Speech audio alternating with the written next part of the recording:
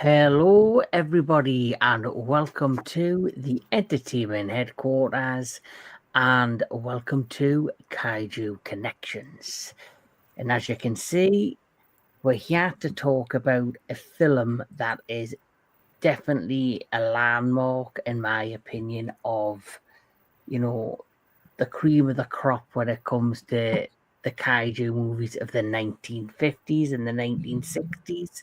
We're talking about King Kong versus Godzilla, which, as you know, it's probably, it is the monster clash of the century for a lot of people.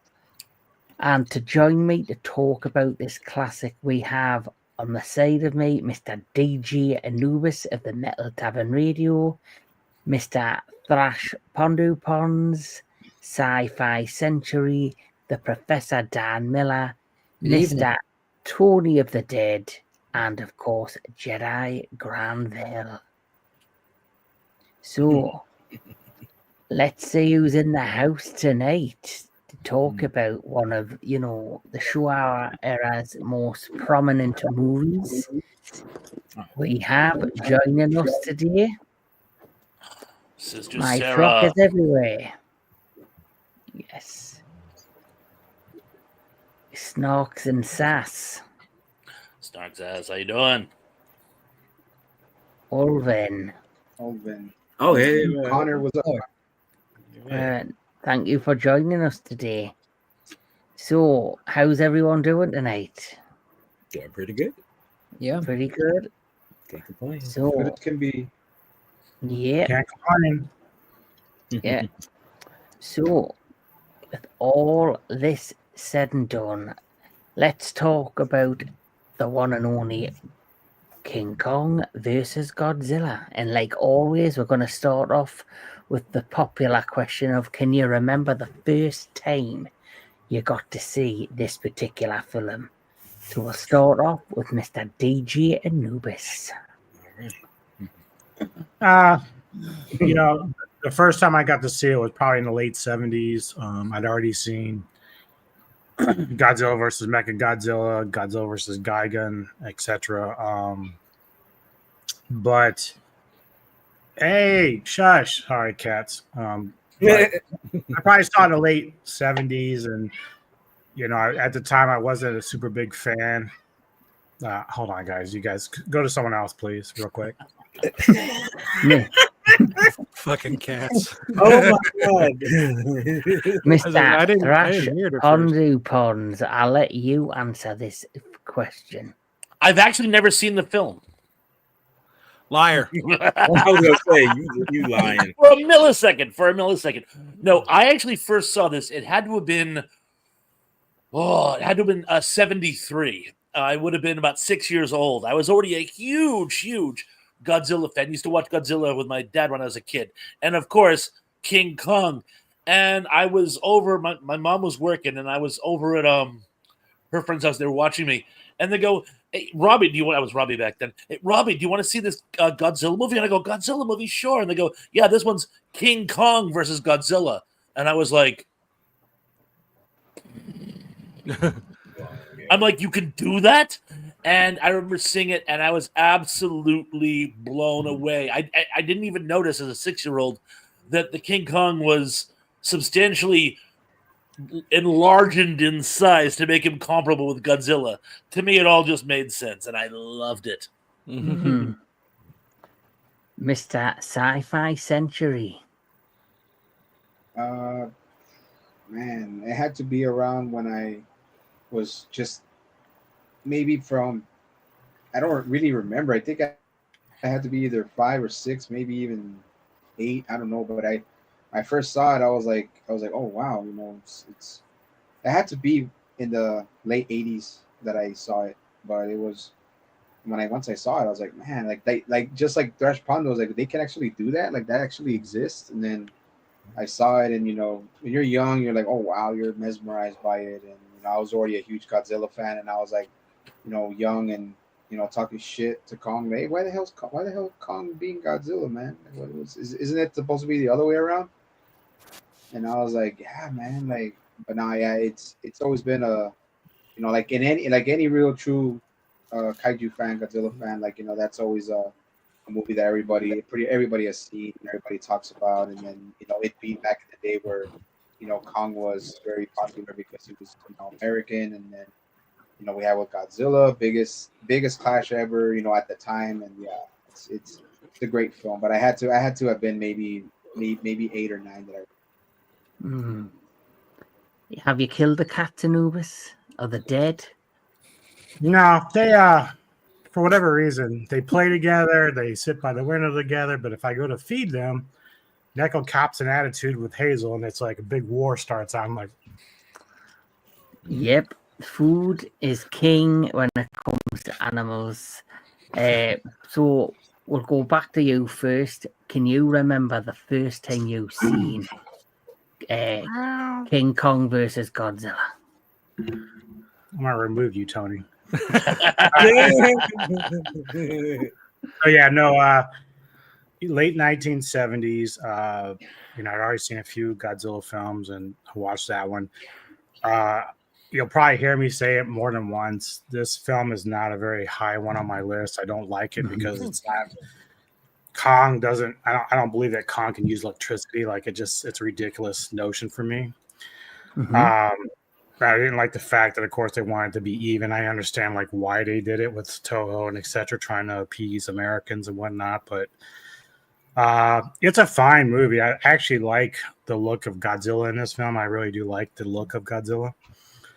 And it's actually a decent story, but just I don't never liked the idea that Kong could use electricity to try to defeat Godzilla.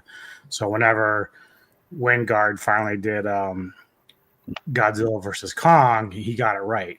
That got it right. So even if you made made Kong like competitive, at least you had to use like an axe or something to try to be on that same level with Godzilla. So that makes sense. Yeah, But you had to be more. Yeah, you had to be more, and you had to be more thinking and use your surroundings and materials to actually fight the power of this ginormous atomic natural beast. You had to be, engineering with how we fought the creature Godzilla Yes. compared to like having a natural ability. Yep. So we'll now go down to Mr. Daniel Miller. The first time I saw this movie, it was actually a birthday present from one of my grandparents. I don't remember if it was the 8th or the 9th, but I remember opening up out of the wrapping and just being completely just mind blown that there's that a movie of King Kong fighting Godzilla actually exists in the first place. And immediately I was like, what the hell is this? So I popped it into the DVD player, and immediately I was just surprised by it. I liked how it's played as a direct sequel to Godzilla Raids Again, while also being a very, I want to say, it's a surprising reinterpretation of the original King Kong story, but it does it in a way that intersects into the Godzilla narrative. So, as Thrash, hey, hello.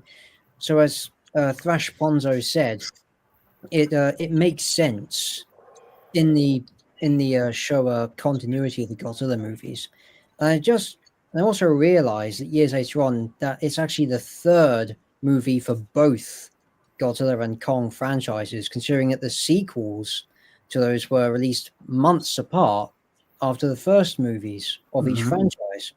So, as much as there is a bit of history repeating itself, there's also the fascinating part of the inspiration and the inspiree crossing paths for the first time in as well. So that was just fantastic to see. The monster battles, I absolutely loved watching them. And I could just watch them over and over again. Yeah, so Mr. Tony of the Dead, can you remember your first time watching this? Oh God! If I had to think back, yesterday. was just yesterday. Last night I started, and today I finished it. So, yeah, I wasn't 3 or anything. I just saw for the first time today. Cool. I've seen the cover and Wow. everything, like the one that Sci-Fi has, the VHS and that, but I never actually watched it. I didn't know it was real, to be honest. I didn't think that was a real movie. Yeah. Yeah. Um, Yeah. but yeah, I finally got to watch it, and compared to what I've been watching recently, because I'm starting backwards in a way. I'm starting with the newer ones, going back to the originals, and it's fun, But I don't know. Yeah. I have things to say, but yeah, it was an interesting first watch for sure. hmm And finally, Mr. Jedi Granville. Okay. And just for some very, Toho enthusiastic, Blu-ray.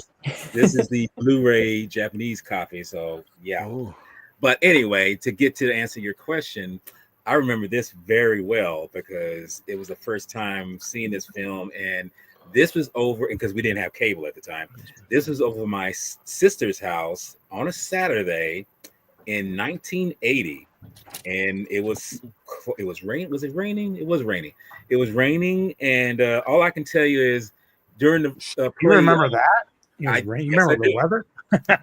Look, this shows how special this film is because I told you guys before, I actually made a little comic strip of Kong and Godzilla fighting, with Kong being the 33 size, but I did not know he was going to be enlarged for this film. So when you see him fighting against Godzilla, it's like, wow, he's much bulk up than whatever. But what I come out of that seeing that film was the amount of toy advertising that was showing during that time. They were showing a lot of toy trucks, toy this, and it was like, are they trying to bait the kids that are watching this? Because they were baiting me, but I was more interested in the film than anything. I mean, I love toys at that time, but I was 10 years old and I wanted to see, monsters, really go at one another, and seeing Godzilla and Kong butt heads, it was like enriching, but it was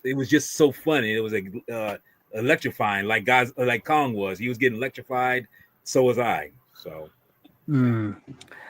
The thing that amazed me about this film, and I'm talking about when I first seen it, I've told everyone, the majority who's here, about how I first discovered Godzilla as a kid, and how I first discovered the original King Kong was like back on the Sunday night matinees at the grandparents' house.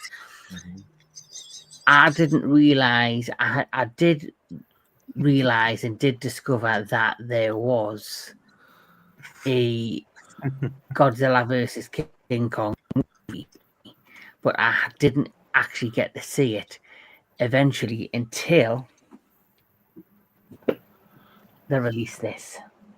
Yeah, the King Kong box set. So this is the King Kong box set that came out in 2005 in the UK.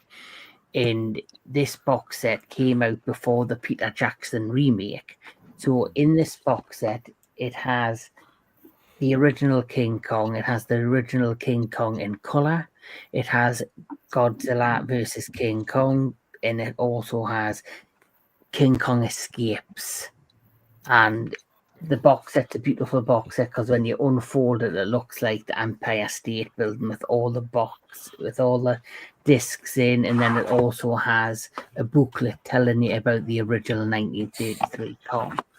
So this box set means a great deal to me because it was because of this box set I got to see Godzilla and King Kong bash it out on the big screen downstairs in the living room on my big telly with surround sound, and it was a great day. But yes, with that said, let's look at King Kong versus Godzilla.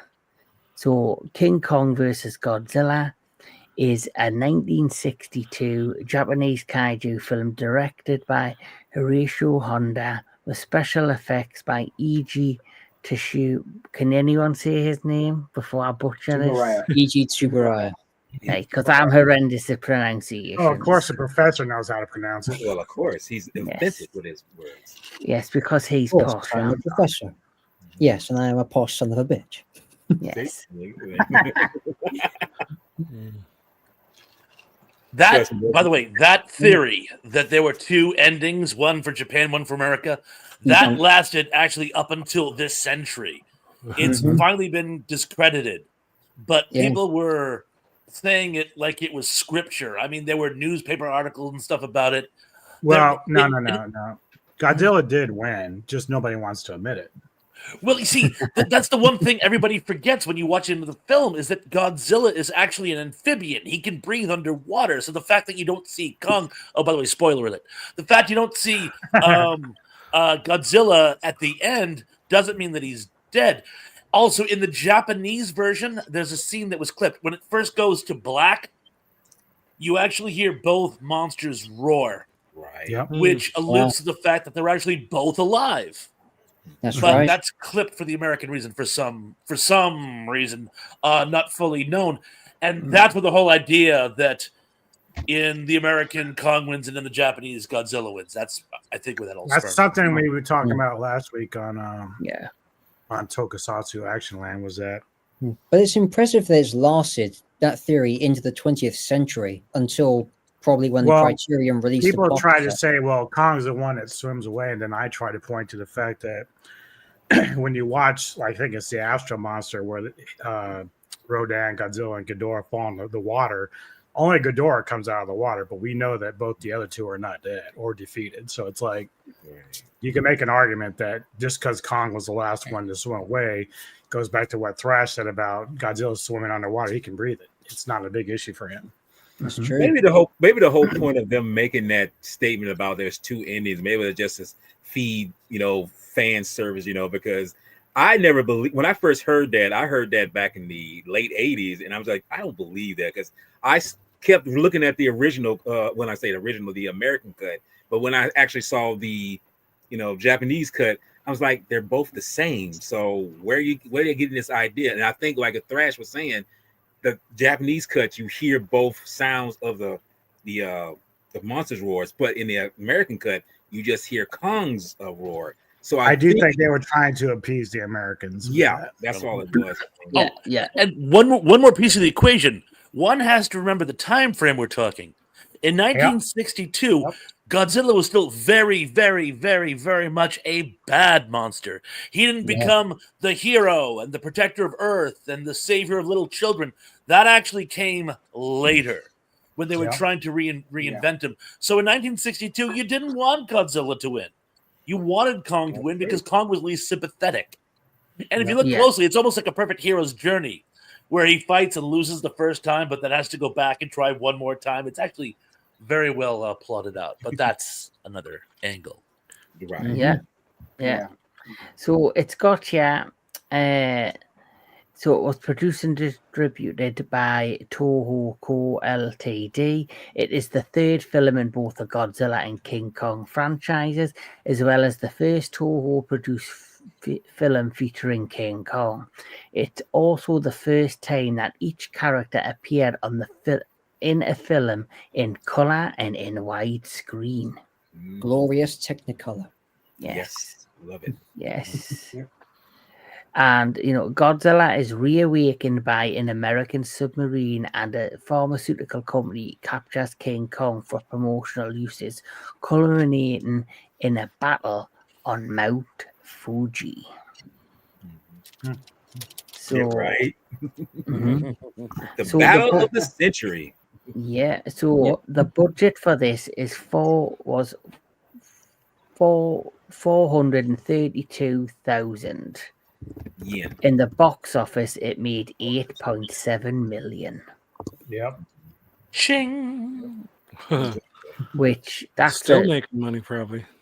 Oh yeah, well on any re-release on What's up, little Loki? Blu-ray. Oh, Yo. hey, Loki. Loki. The film was followed by Mothra vs. Godzilla. So The project began with a story outline devised by King Kong stop-motion animator Willis O'Brien around 1960, in which Kong battles a giant Frankenstein monster. O'Brien gave the outline to producer John Beck for development behind O'Brien's back, and without his knowledge, Beck gave the project to Toho to produce the film, replacing the giant Frankenstein monster with Godzilla and scrapping O'Brien's original story. King Kong vs. Godzilla was released theatrically in Japan on August the 11th, 1962, and grossed 352 million, that'll be in yen, of course, making it the second highest grossing Japanese film in history upon its release. The film remains the most attended Godzilla film in Japan to date, and is credited for encouraging Toho to prioritize the continuation of the Godzilla series after 7 years of dormancy. A heavily re-edited Americanized version of the film was released theatrically in the United States by Universal International Inc. on June the 26th, 1963. So, there we go. So, even to this day, it's still the highest or the most attended Godzilla film out there in Japan. This is the Japanese movie poster, so it just shows you the reach that this film has had, throughout the years, and of course it's still made an impact. In my recollection, when you had two separate franchises, I'm assuming Godzilla, Kong, this is the first time that two studios or a collaboration actually happened, where two stars from different franchises came together in one movie, to my knowledge, of the science fiction kind. Definitely. And that's why O'Brien originally invented it as Frankenstein, because Universal owned the rights to both at that time. That's correct. So he thought Universal would gobble it up, but Universal wanted nothing to do with it. They also, and this actually really broke my heart, and I assume Will O'Brien's as well, he envisioned it being all stop motion. And nobody wanted to do another stop motion movie at this time. They thought stop motion was dead. And when he ever found out that the Japanese were doing Man in Suit, he was despondent. I like the Man in Suit. I think it has character, but he was horrified that they replaced everything that he had envisioned, he had storyboarded with stop motion. He did actually try to take the parties involved to court, but because he didn't have enough evidence, he lost the case, and the film went ahead in production. Yeah, it's like, I think, but me and Anubis were actually talking the other day. We did our cinematic synergy episode, and we're talking about the Golden Voyage of Sinbad, and we're just saying, when you watch a film today, it's CGI. CGI, like even the Godzilla movies, big bad CGI, you can see it coming, where there's something organic or something more realistic about the stop motion style of filmmaking. And I think depending on the type of movie you're trying to make or the kind of audience you're trying to attract, I think there's room for all kinds of filmmaking. Even if you look back when they did the original, when Peter Jackson did the Lord of the Rings movie, he captured every kind of filmmaking in that trilogy. He had miniatures, he had puppets, he had CGI, he had suitmation, he had a mixture of every kind of filmmaking to make that trilogy, and it ended up being one of the most loved film trilogies out there. Right. And I was gonna say, don't they have a little bit of stop motion in this, or is it just Yes, they have, it was. In fact, there was two sequences where there was. It's the bit with the octopus, where the octopus tentacle picks up the native on the island, and he's swinging him around, and then throws him. And I can't remember. I think the next one's the Godzilla kick. Yeah, when he rolls back on his tail. Mhm. Yeah, Yes. yeah. That was the second part.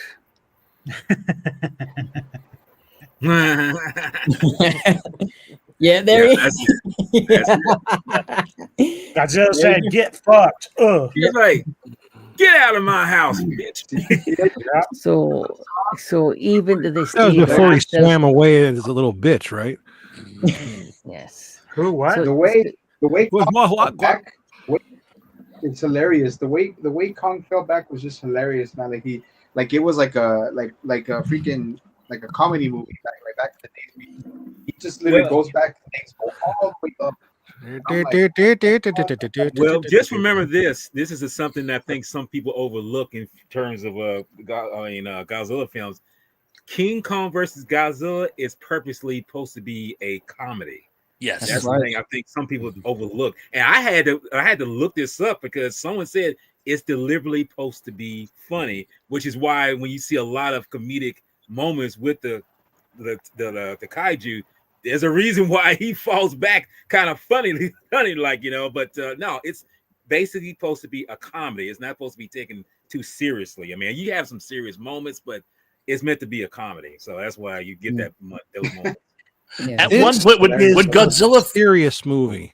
Okay, when these are Godzilla real first, monsters.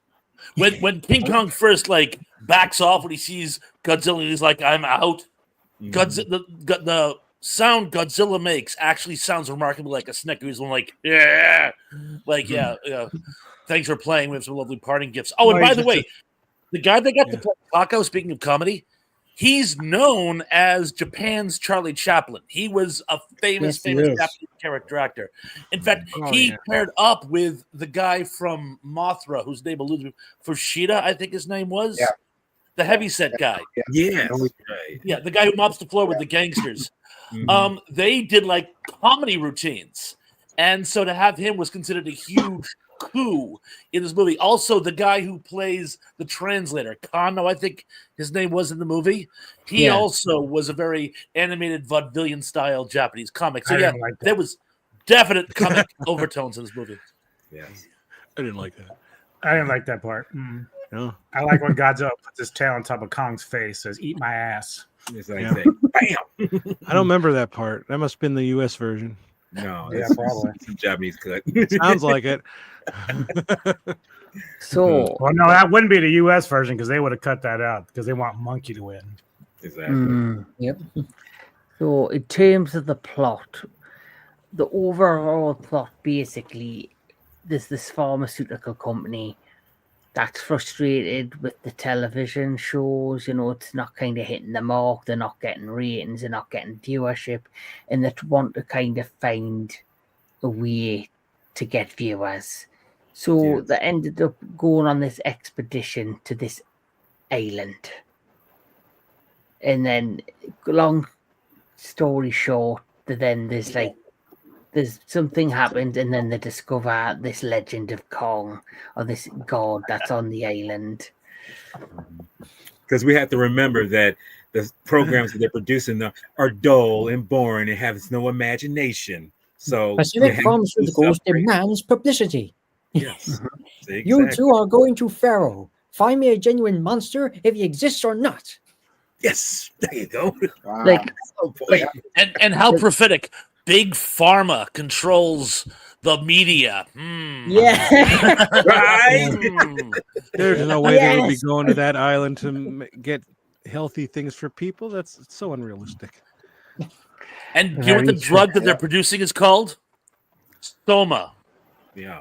For Brave New World. They call it Soma. I'm like, that's It's got to so be an in funny joke. to me that the natives knew what smokes were. I thought that was the funniest thing. It's like, Oh my Yeah, they God. all we knew how gotta to calm smoke. down. Let's break out the cigarettes. Here we go. They Have all a knew smoke, how. buddy.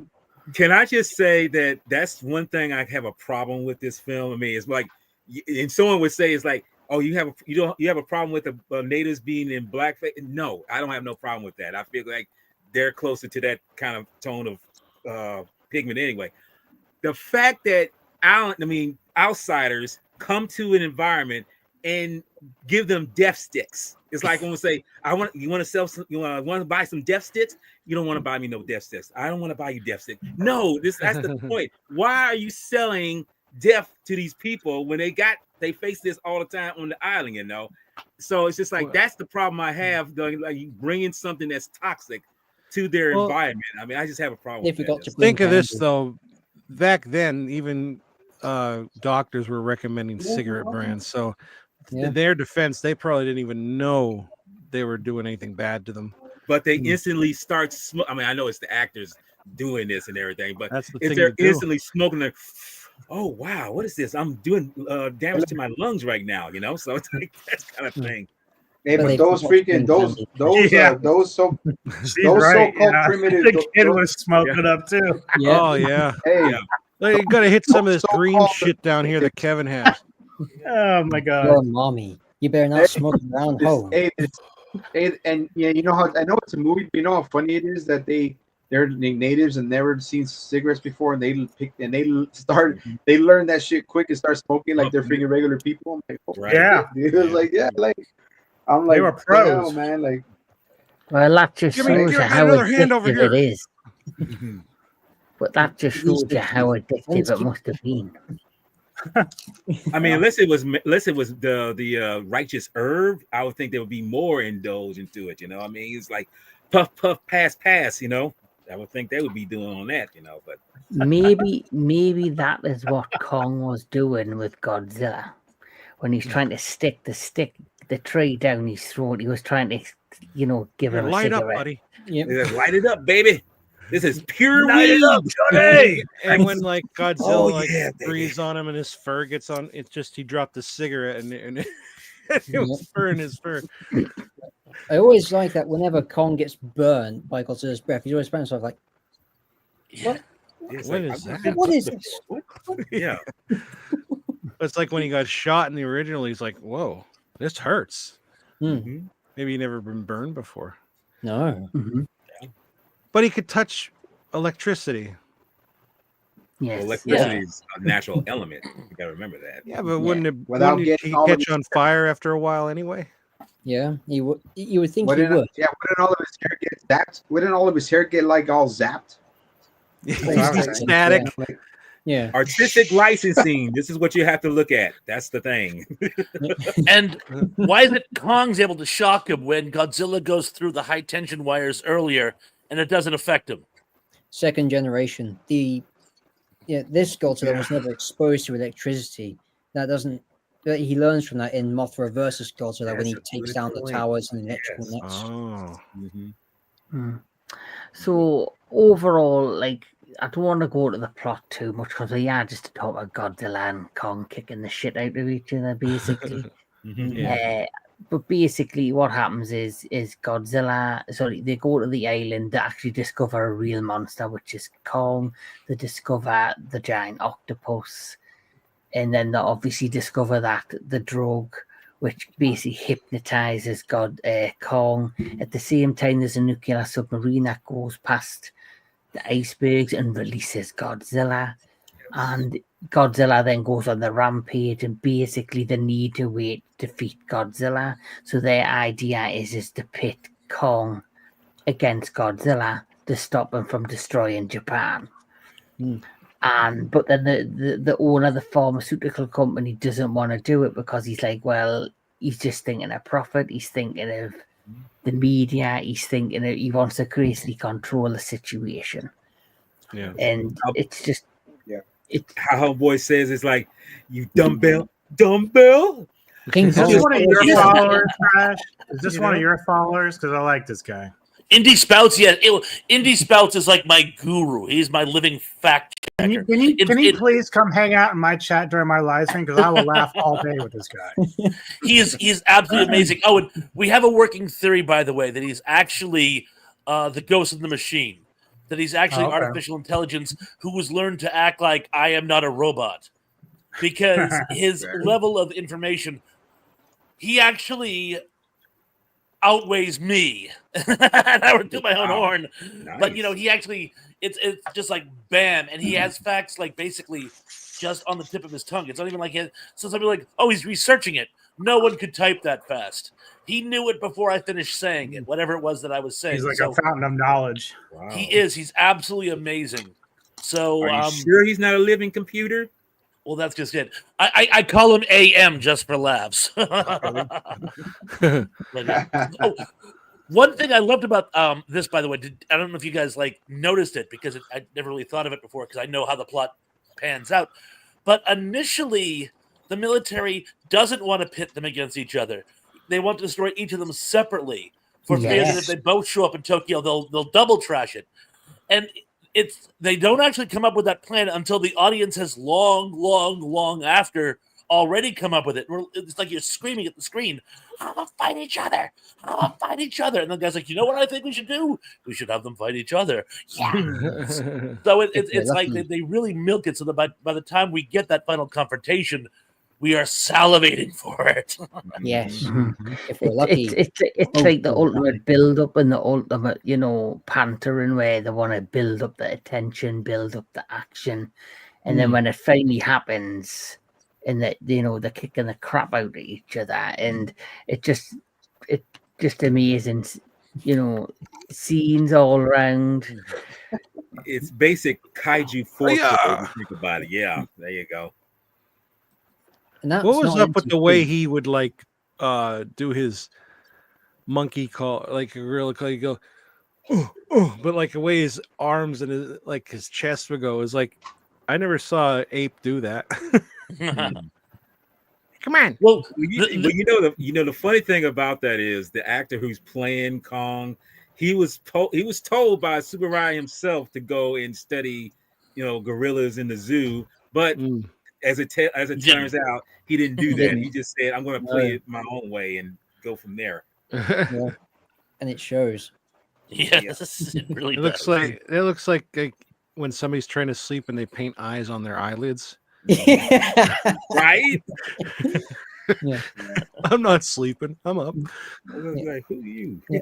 Fun fact: everyone says that Kong in this movie looks like roadkill, which for some people that's true, but the reason behind it is a legal one because when Toho got the rights to use King Kong, they were given the stipulation he cannot look like either King Kong, Kong Jr., or Mighty Joe Young. So instead, the department took inspiration from primates that they had in Japan, both naturally and also in zoos. I did not know that. Okay. Wow. Makes sense. I They like probably it. went- They may have gone through the same thing in Conga because Conga doesn't look anything like a real gorilla either. And That's the true. funny thing is, Ugly in gorillas, go Conga, away. in Conga, he doesn't even start out as an ape; he's a chimpanzee. Yes. Just when he gets bigger, he morphs into a gorilla. There's an enormous gorilla growing larger and larger, heading toward London. I'm guessing this is all to appease the American critics, I guess, of that time, right? Probably. So we can talk about it. Yeah. Well, The American critics hated this movie too, but they lambasted it Oh my Yeah. for whatever reason. Yeah, They probably it's just like- didn't watch it with friends or have a discussion. Right.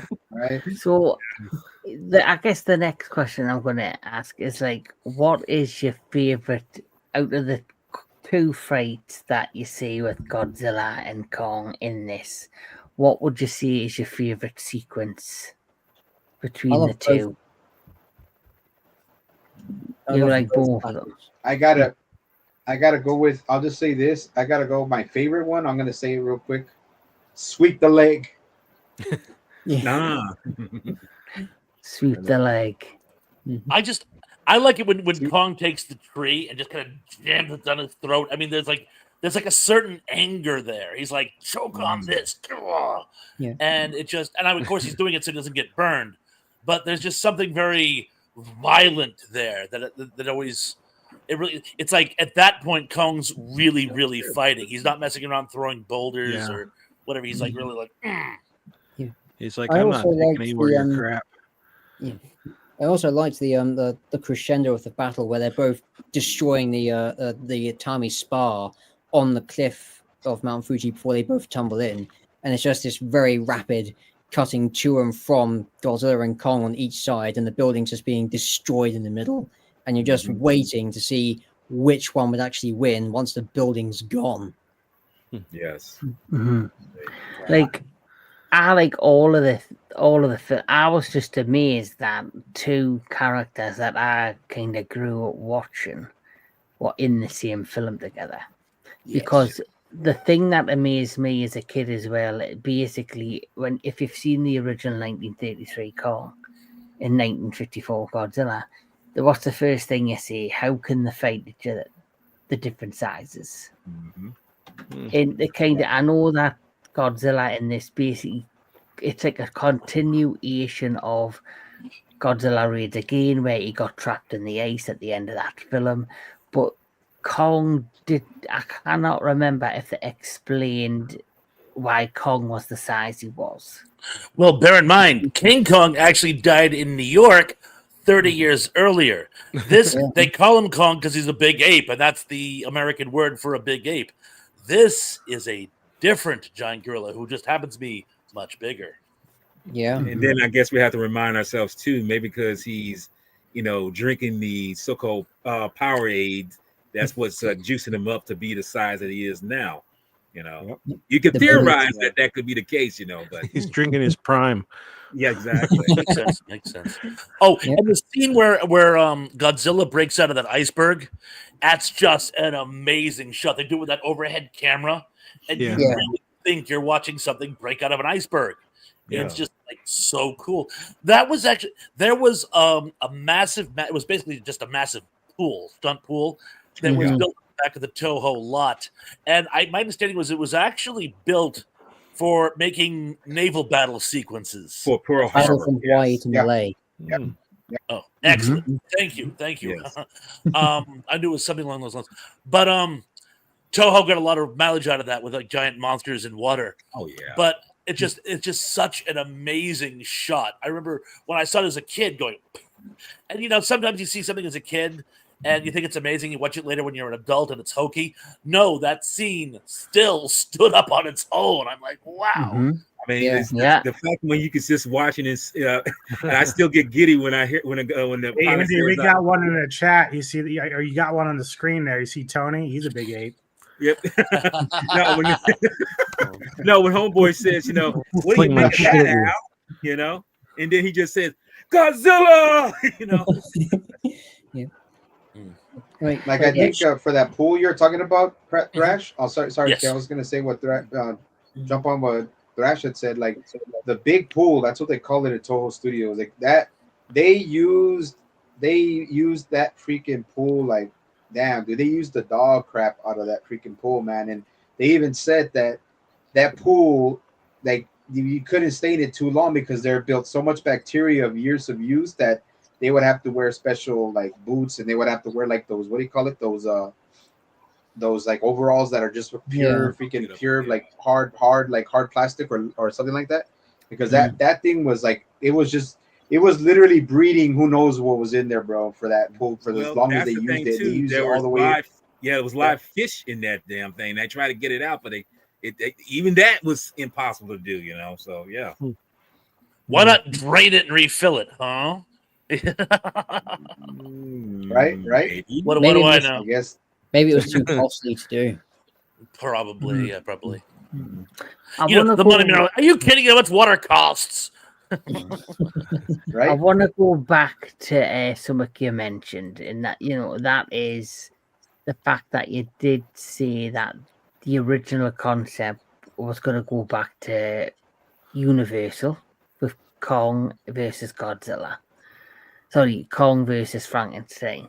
This here is a concept art of what the Frankenstein monster and Kong would have looked like. Yes. Wow. So, the Frankenstein monster to me looks like just another ape. Yeah. It doesn't look like a Frankenstein type monster in a sense. Yeah. Yeah. But he's basically your artificial life form type situation. He was genetically created by a mad scientist, which, by the way, and I've been dying to point this out, Toho, when they bought the rights to it, managed to loophole the rights to the Frankenstein element and made another film, Frankenstein versus Baragon, Right. Yes. which Yep. which is Yeah. one of the few Toho movies which actually doesn't simply mention World War II. It also mentions the alliance with Germany. There's that really amazing sequence in the beginning where the Gestapo or the SS, some German entity, they take Frankenstein's work, put it on a U-boat, and smuggle it to the Japanese, and they get it right before the bomb drops. But that's how Frankenstein's artificial heart gets in Japan, which is how the whole thing gets going. And Yeah. they even doubled down because War of the Gargantuas is a sequel to Frankenstein Mhm. versus Baragon. Yeah. So they really got their investment back when they bought the rights to King Kong versus Prometheus. Mhm. Yeah. So we not long ago did the Frankenstein versus Baragon, or Frankenstein Conquers the World. We actually reviewed that not long ago, and we also did the War of the Gargantuans. Yeah. I, for a very long time, did not realize that them two films are connected. Yeah. Because I had seen the War of the Gargantuans first, Oh, and would- so I didn't have no idea that them two were connected. well, if you had known either Thrash or myself, you would, or even the professor, you would definitely know this information pretty well. I mean, it goes Yeah, back. Kevin. Damn. Fuck you, Tony. Hey, Oh, Come and to America. here's one more connection that I found out when I was doing my research here. I only recently found this out. One of the Toho producers loved the giant octopus footage so much in King Kong versus Godzilla that he wanted to incorporate that into Frankenstein versus Baragon. Supposedly, after Frankenstein wins the fight, he collapses out of exhaustion by a lake, and a giant octopus comes out of the lake and eats him. And they go, "Yeah, no, we're not doing that." But they What? did use a giant octopus later on in War of the Gargantuas. Yes. So there is a giant octopus connection thread throughout in one way or another. If you see the alternate ending Yeah. of Frankenstein Conquers the World, you'd see the Frankenstein monster fight the octopus. If you listen carefully, they actually reused the Ifukube soundtrack for the octopus attack from King Kong versus Godzilla in the Japanese version, which in the American cut, it's replaced by stock music from their horror and adventure films like Against All Flags, The Golden Horde, and Battle at Apache Pass, and among others. Interesting. So I'm just going to read a little bit about the production of the movie.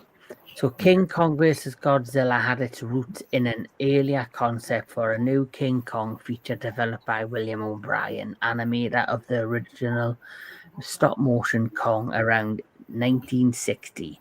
O'Brien came up with a proposed treatment, King Kong meets Frankenstein, where Kong would fight against a giant Frankenstein's monster in San Francisco. O'Brien took the project, which consisted of some concept art and a screenplay treatment to RKO to secure permission to use the King Kong character. During that time, the story was renamed King Kong versus the Ginkgo. When it was believed that Universal had the rights to the Frankenstein name, O'Brien was introduced to producer John Beck, who promised to find a studio to make the film. At that point, RKO was no longer a production company. Beck took the story treatment and hired George Worthington Yates to write the screenplay for the film. The story was slightly altered and the title changed to King Kong vs. Prometheus. Oh no, not David. Not that Prometheus. I was gonna say, it was like, Don't worry, there's no Now- Michael Fassbender here. It's okay. Chris, That I would would've love to been- see King Kong and Godzilla just crush him. So King Kong versus the Alien Queen might have been a decent movie. yeah, they'll just bleed on his feet, and then his legs will fall off, and then they'll just run inside of him and eat him. It Mm. would be very bad for anything. Or make a xenomorph Kong hybrid. Eh, But That if never you're gonna worked out. look for if you're gonna look for It's like connections one to that dumb franchise, alien. you're gonna see it more in Green Slime. Yeah. green So, the November the 2nd, 1960 issue of Variety reported that Beck had even asked a filmmaker named Jeffrey Goran, a possible misspelling of filmmaker Nathan Duran's, or Jerry Duran, to direct the film. However, the cost of stop motion animation discouraged potential studios from putting the film into production. After shopping the script around overseas, Beck eventually attached the interest of the Japanese studio Toho, which had long wanted to make a King Kong film. Yep. So after purchasing the script, they decided to replace the giant Frankenstein monster with Godzilla to be King Kong's opponent, and would have Shinichi Sekizawa rewrite Yates' script. The studio, though, thought it would be the perfect way to celebrate its 30th year in production. Yes, because in the Japanese cut, they do start out before they show the main title of the studio. It says 30th anniversary for the studio. So it's like, yeah, I figured like that's clashed it. That's cashed that in. Kong Mhm. and that Frankenstein, man. I like the movie, but that Frankenstein was that was rough, man. That Frankenstein looked pretty rough, man.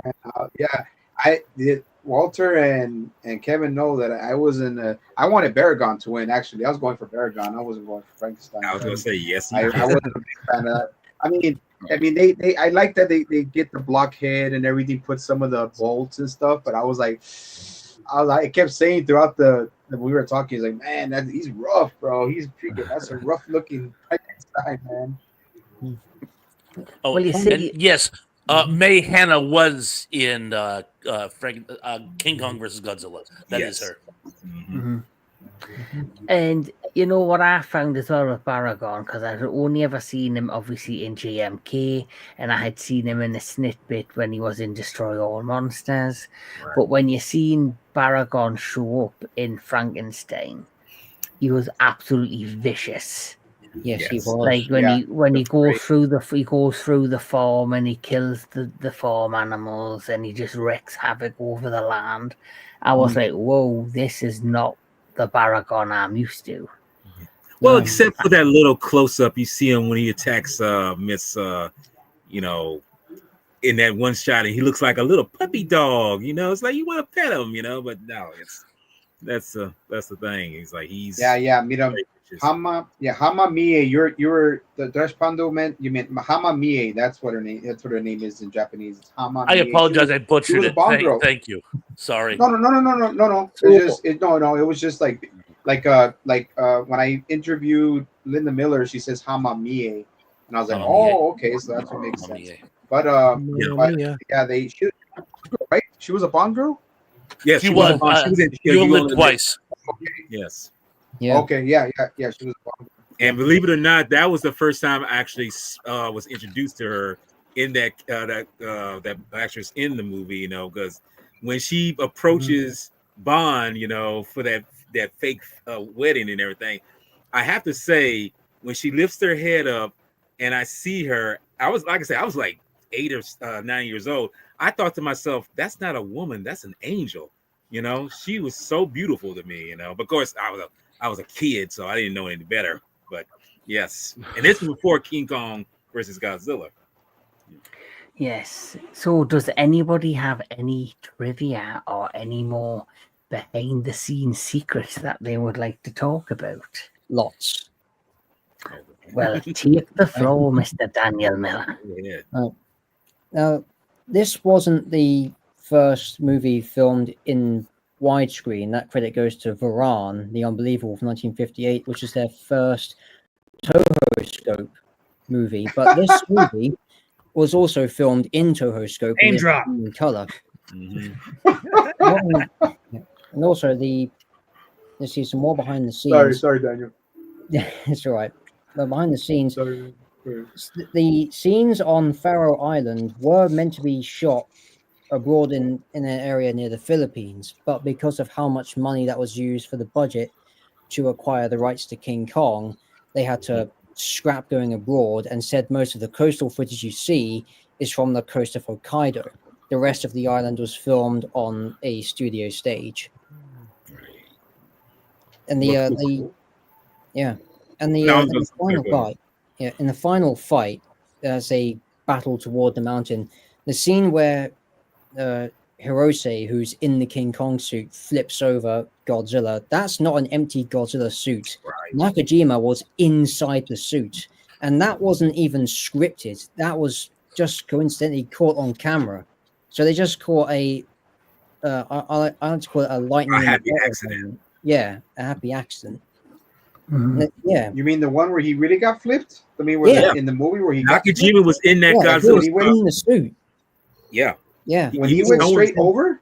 he straight Yeah. over. Yes, No that was him. He shit. was in there. Yes. yes, he was in I there. thought it was empty. No. I thought No. it was empty. No, Nakajima was in the suit. Holy, He flipped Did he- Nakajima did he- over. then he must have got his wind knocked out or some shit. Because that's I would. Well, remember- that hurt. Now that, remember- that hurt- Yeah. that Remember, hurts me they, just they are now that I see stunting it. in, so they had to. Yeah. Yeah. Oh yeah, but yeah, dude. But Really- being Yeah, but being like freaking shoulder I'm thrown. trying- man. Yeah, look at that. He ain't got shit on me. Yeah. My breasts are low. I'm gonna slap him. He's Yeah. My nipples are. I'm awake. I'm improportionate. awake. like, I have I'm someone- awake. Oh man. Yeah, one of my favorite scenes. Yep. Hilarious. Now I Oh, have man. someone. Like, It's get just back, not- I'll burn the hell out of you. I do have some behind. Walter was so kind to send me some behind the scene photography. Ooh, So Oh, he yeah, has some so behind the scenes images. Oh my god, that's so that's weird. Yuji Tsuburaya, I think. Kong He's has, huge. Kong has his hand. Yeah. Wow. Look at how big that guy is. Yeah. Yeah. And It's a keep in bad mind, the actor's head sits inside the neck of the costume. Oh yeah. Every time I see that, like, sort of like that Godzilla outfit, I know it's not the same looking head or anything, but I always think of that One Crazy Summer. yeah. Oh yeah. Yeah. Strapped inside. Honestly, that might have been my first introduction to Godzilla from One Crazy Summer. Oh my god. That's one of my Yeah. favorite. When Bobcat, right? Yeah, yeah. That was also filmed on- Yeah. Filmed on Cape Cod, folks. Filmed on Cape Cod. Oh really? Okay. What was One Crazy Summer? One Crazy Summer. Oh, One nice. Crazy Summer, yeah. Cool. Yeah, I've got Nah, In some. fact, man, but though, The beach the boat race all leaves from was the beach I went to all the time when I was a kid, called Smuggler's Beach in Yarmouth. So named because during Prohibition they smuggled booze into Cape Cod from it, and then we would sell it to the Bostonians for big Oh, bucks. okay. Nice. And just to add on to what Queen was saying, is like that, and when Nakajima fell in the Rodan suit from like what 10 or 15 feet into the water. So Head yeah. first. Yeah. Oh yeah. Yeah. So it's Yeah. that's not as worse. Yeah. Yeah, he's also had explosives beneath his lower torso in Varan in the final act of that movie, which he actually got injured, but he made sure no one knew about it because he wanted to create the impression that he was invincible and therefore indispensable to the Toho staff for the kaiju movies. So most of those stunts that happened, he did himself, whether he be buried alive as Baragon underneath the set, or have fire explode in his face in Mothra versus Godzilla. That was him. He was a perfectionist. That's all. That's your guy, right, Baragon? Mm-hmm. no, Varan is Well, I'm this learning. guy- I just know Dan has like a favorite, and everybody picks on him for some reason. I don't know. Yeah. Yeah, It's yeah. always the Nubis. obscure ones I that don't get pick the on him scans for it. and I stuff. just think it's funny because every time he gets a chance, that name comes up. Hey, Anubis, Most Anubis, bullies don't Hey, think they're DJ. picking on anybody like Godzilla. DJ Anubis, Yeah. DJ Anubis.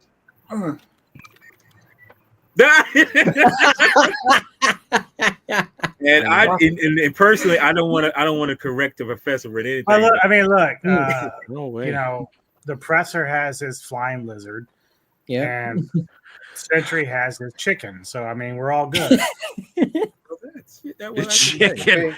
Okay. It's a chicken. It's a chicken that still made it to Hollywood before Anguirus. So Yeah. Yeah. Yeah. Yes. Yeah, he Yeah, did. what did Varan get? Like a cameo for like 2 seconds? Like, just past the screen. It's like 2, 3. Yeah, about that. Yeah, About yeah. that. He may have got a cameo, Oh. but at least he got an anime rendition. So that's something, if not nothing at all. Now he That looks is like something. look kind of like a walrus or something. Now he looks like he needs to go to the gym and lose this few fucking pound. Right? Yes, he did indeed. Yeah. Oh my goodness. Aw. No, if he's Yeah, I got you. tribute. I got you. I got you, Dan. I got you, Professor. If Anubis starts picking on you again, I got you. Cheers. Now, the octopus. Now, there was actually 2 octopus used in the film. One of them, Subaraya and co. actually ate after shooting it. Is that I mean- true? I heard that. Is that true? Yes. He really did? That's Yeah, very I mean- true. Wow. Yeah, Willis O'Brien and Ray Harryhausen, they would recycle their effects. Subaraya, he eats his effects. That's legendary. Mhm. He should have Yeah. made sure that he didn't need another shot before he did that. It's like he's stealing the soul of his own effects. Mm. Gonna swallow Well, your that's, soul. well, I guess that's one way to see, to clear the the money's set worth. Yeah. Mm. Oh yeah. is to eat the If nobody's production. gonna take this home, I'm gonna eat it myself. Yes. So I guess Oh, the wow. only other thing I can ask now, because obviously we know the story, it's the class of the century. What impact do you think this film has had? Much. A huge We impact. got a rematch of these two, American style. Mhm. So that's Yeah. definitely True. something that's an impact with. And remember too, even though we had Anguirus and Godzilla be one of the first titans to be fighting, really King Kong and Godzilla were really the matchup of the century, and we've been seeing nothing more than kaiju's fight in and out with one another. Yeah. Baragon and the others. It's been there. So Well, I look at it like this. For me, I think it was like one of the first ever cross promotions for 2 different properties. Yes. So obviously over the Well, I years go you've got on that though too, because yeah. even though 2021's got it right in terms of like really who's the more dominant predator, I was talking about this with Alvin. That original 62 was a major event between, as you just said, 2 properties that were coming together. Mm. We won't see anything like that ever again unless somehow, some way, Godzilla matches up against Gamera. That will be the next major event that we would see. Kaiju. Yeah. 30 versus Gamera years they've been versus talking Kong. about that. 30 With- years. Well, within the world of Imagine- kaiju and kaiju cinema, that would be the next top. I was talking about with Toho, if they, let's say the second movie that they're doing with -1 is something to do with either Biollante or Anguirus. If they go a trilogy, man, that would cap it off. A Gamera versus Godzilla would cap it off, and it'd be a massive event. It would just be Mhm. incredible. people. Well, this Yeah. is like a stupid Imagine. question. Yeah. A few years ago, wasn't Toho in talks for buying out Dai Studios? They What tried. happened with that? Yeah. I didn't hear nothing. They about weren't. They didn't give it up. They were. That's the thing. They love that property. They love that property.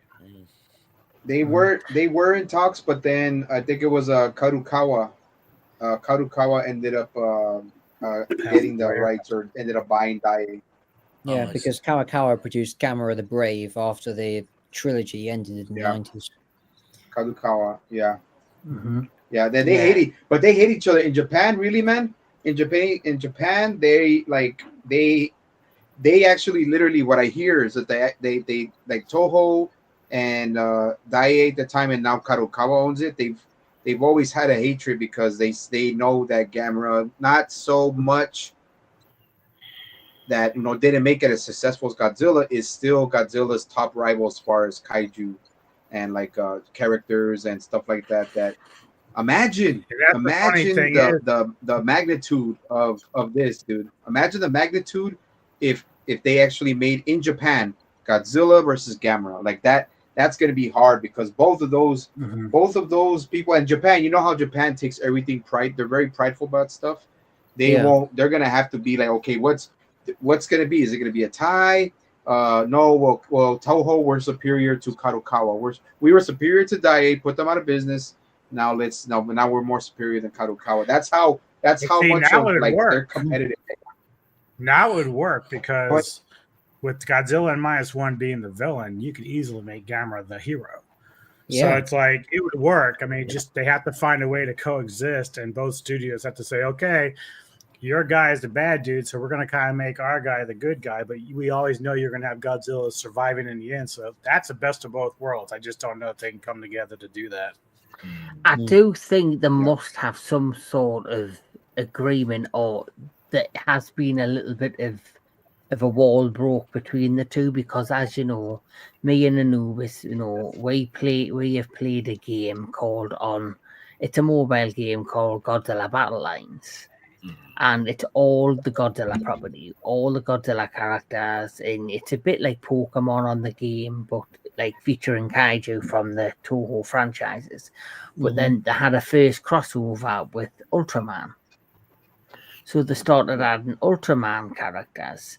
Then they started adding that other franchise that's like Ultraman, not Gundam, something else. Evelon or Evangelion. something. Evangelion. Evangelion. Yeah. They started adding characters of that, and then when Gamera the Brave came out, everyone in Japan was shocked because they announced a collaboration. Okay. And they had the Gamera the Brave characters, and then they've recently just added the Showa Gamera and the Showa Gaios to the game. So for me, that's the fact that Toho allowed, because it's actually run by Toho Games.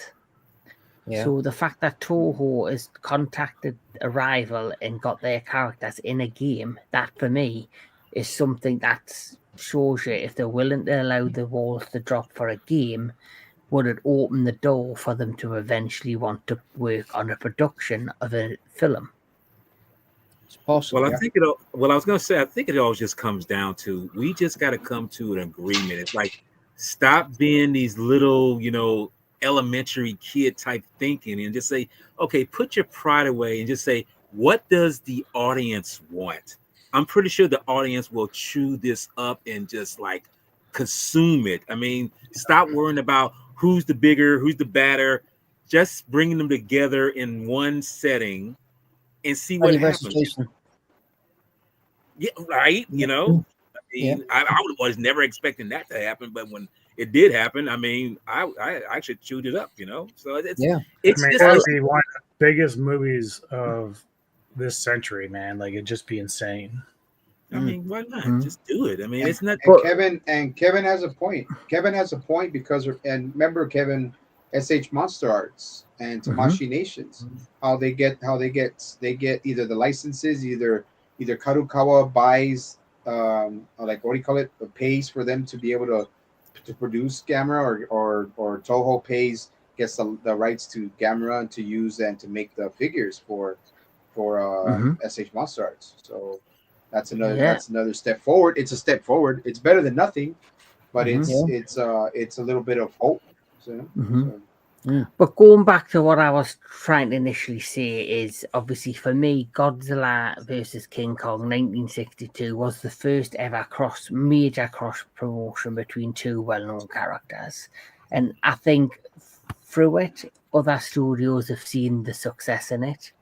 And obviously, even though it's completely different, you have Marvel and DC. I know they've done crossovers of characters from each comic company. It's probably just a matter of time when, just like with Toho, with Gamera and Godzilla, it will be probably a matter of time where we will get probably a mashup film, hopefully with DC characters going against Marvel characters, whether it's a separate entity or part of the MCU or DCU. I can actually see that happening one day. Yeah. So, and obviously, thanks to the success of the MonsterVerse, the characters of Godzilla and Kong are truly shining like they've never had before. Yeah. So I'll ask each one of you, what is your opinion of like the versions from the past and the current versions? So Anubis, like you've seen what happened back in the 1962, and you've seen what they've been able to recreate in the MonsterVerse. What's your like opinions on all of that? Well, the MonsterVerse is really, really good. Without taking, the importance away from 62, because that was, like I said, a really big moment in King Kong and Godzilla's history as monsters. But I do think that in the MonsterVerse version, the story was good, and not only were you able to pit the two monsters against each other, but you can also bring them together to fight a third creature, Mechagodzilla. So you were able to keep both Godzilla and Kong as alpha defenders of the planet, and so they can still battle each other, but then it gets to a point where they have to team up to help. And so the story is great. It's logical in terms of the power that Godzilla possesses versus Kong. Kong's a beast in his own right. As you pointed out earlier, he's able to use his methods of picking up items like the axe and stuff like that to try to defend himself and fight against something like Godzilla, which is very difficult. So it's logical in how they approach the creatures and how the different abilities they have. Kong doesn't really do anything special other than his pure strength. So I like a lot of that the MonsterVerse brought, and I think that they got it right. And so even with GXK, it's kind of just like an added thing to the Kong versus Godzilla. But overall, I think they've done a good job with how they integrated the two monsters again now. So it's just much stronger. But, it's kind of expected as time goes on, technology gets better, directors get better. And so we improve upon that. So, yeah.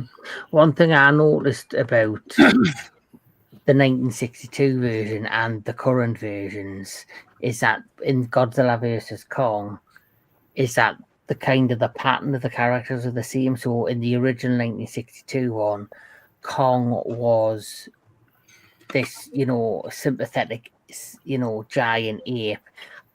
Godzilla was like a force of nature and had all this power.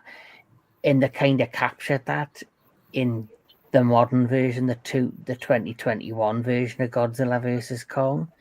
Thrash, have you seen the modern version of Godzilla versus Kong? I have not. I've seen King Kong and I've seen the original Godzilla. I must confess, I am a purist. Whenever I do podcasts where we talk about old school movies and new ones, I'm like, well, I'm going to vote for the old school one. Our friend, Mr. That fat samurai guy will attest to that. Everyone else was always, oh, this new horror movie's great. And I'm like, no, I'm going to go with Black Sabbath. So, I mean, now I'm not saying the MonsterVerse is not without its charm. It's good. But for me, I would much rather dig out my copy of Matango or Mothra or Destroy All Monsters. That's just my culture. So I'm going to actually stick with my original. One thing I just have to read into the record here, and whether you love the old or the new, one thing that will always blow my mind, if Toho had gone ahead and made Shadow of Glory, we wouldn't be having this conversation. The entire kaiju franchise was launched because Toho couldn't go to Indonesia to film this anti-war film that they were working on because the Indonesian government was gouging them. Had they been able to make this movie, there would have been no need to make a Godzilla. And without Godzilla, yes, you'd still have King Kong, but who would he fight? Yeah. Yeah. And Thrash, I should say, I love you even more, my brother. Just when you mention Matango, yes, thank you. That is great. Oh, and Yeah, yeah. one thing about Matango, and hopefully we talk about that someday too, because that's actually it's an amazing film on so many levels. But what they always loved about, Godzilla wasn't always a giant dinosaur hybrid. The initial depiction of him, he was going to be like this sort of mushroom monster that was sort of Japan's tongue-in-cheek version of the mushroom cloud from the atomic bomb. That's right. They scrapped that idea because it sounded silly, but then again, they recycled the concept for that gimmick with Matango, where everyone turns into mushrooms. Even though I know it's actually based on an old Joseph Conrad short story, which is actually a very good story. The idea of people actually turning into mushrooms, come on, let's face it. You can connect the dots between the two concepts. Yeah. Yeah. Well, Okay, more Jedi, Jedi, your Woody could go down now, man. Okay. I mean, I did get excited, so yes. I mean, just Yeah, he was like, Okay, sorry, Kevin. it could actually, if you think, I know Anubis has mentioned it, but when it came to a Godzilla -1 sequel, the fact that there is talks of bringing in Hedora and all it, you could use Matego as an influence. Yeah, you could use that as an influence because obviously, as you know, that the people turn into like these mushroom people. And if you think about it, the DNA that's been released from Godzilla, that's affecting people. Like the last scene in -1 where you see the vein going black. How do you not know it's not affecting people where they're going to mutate?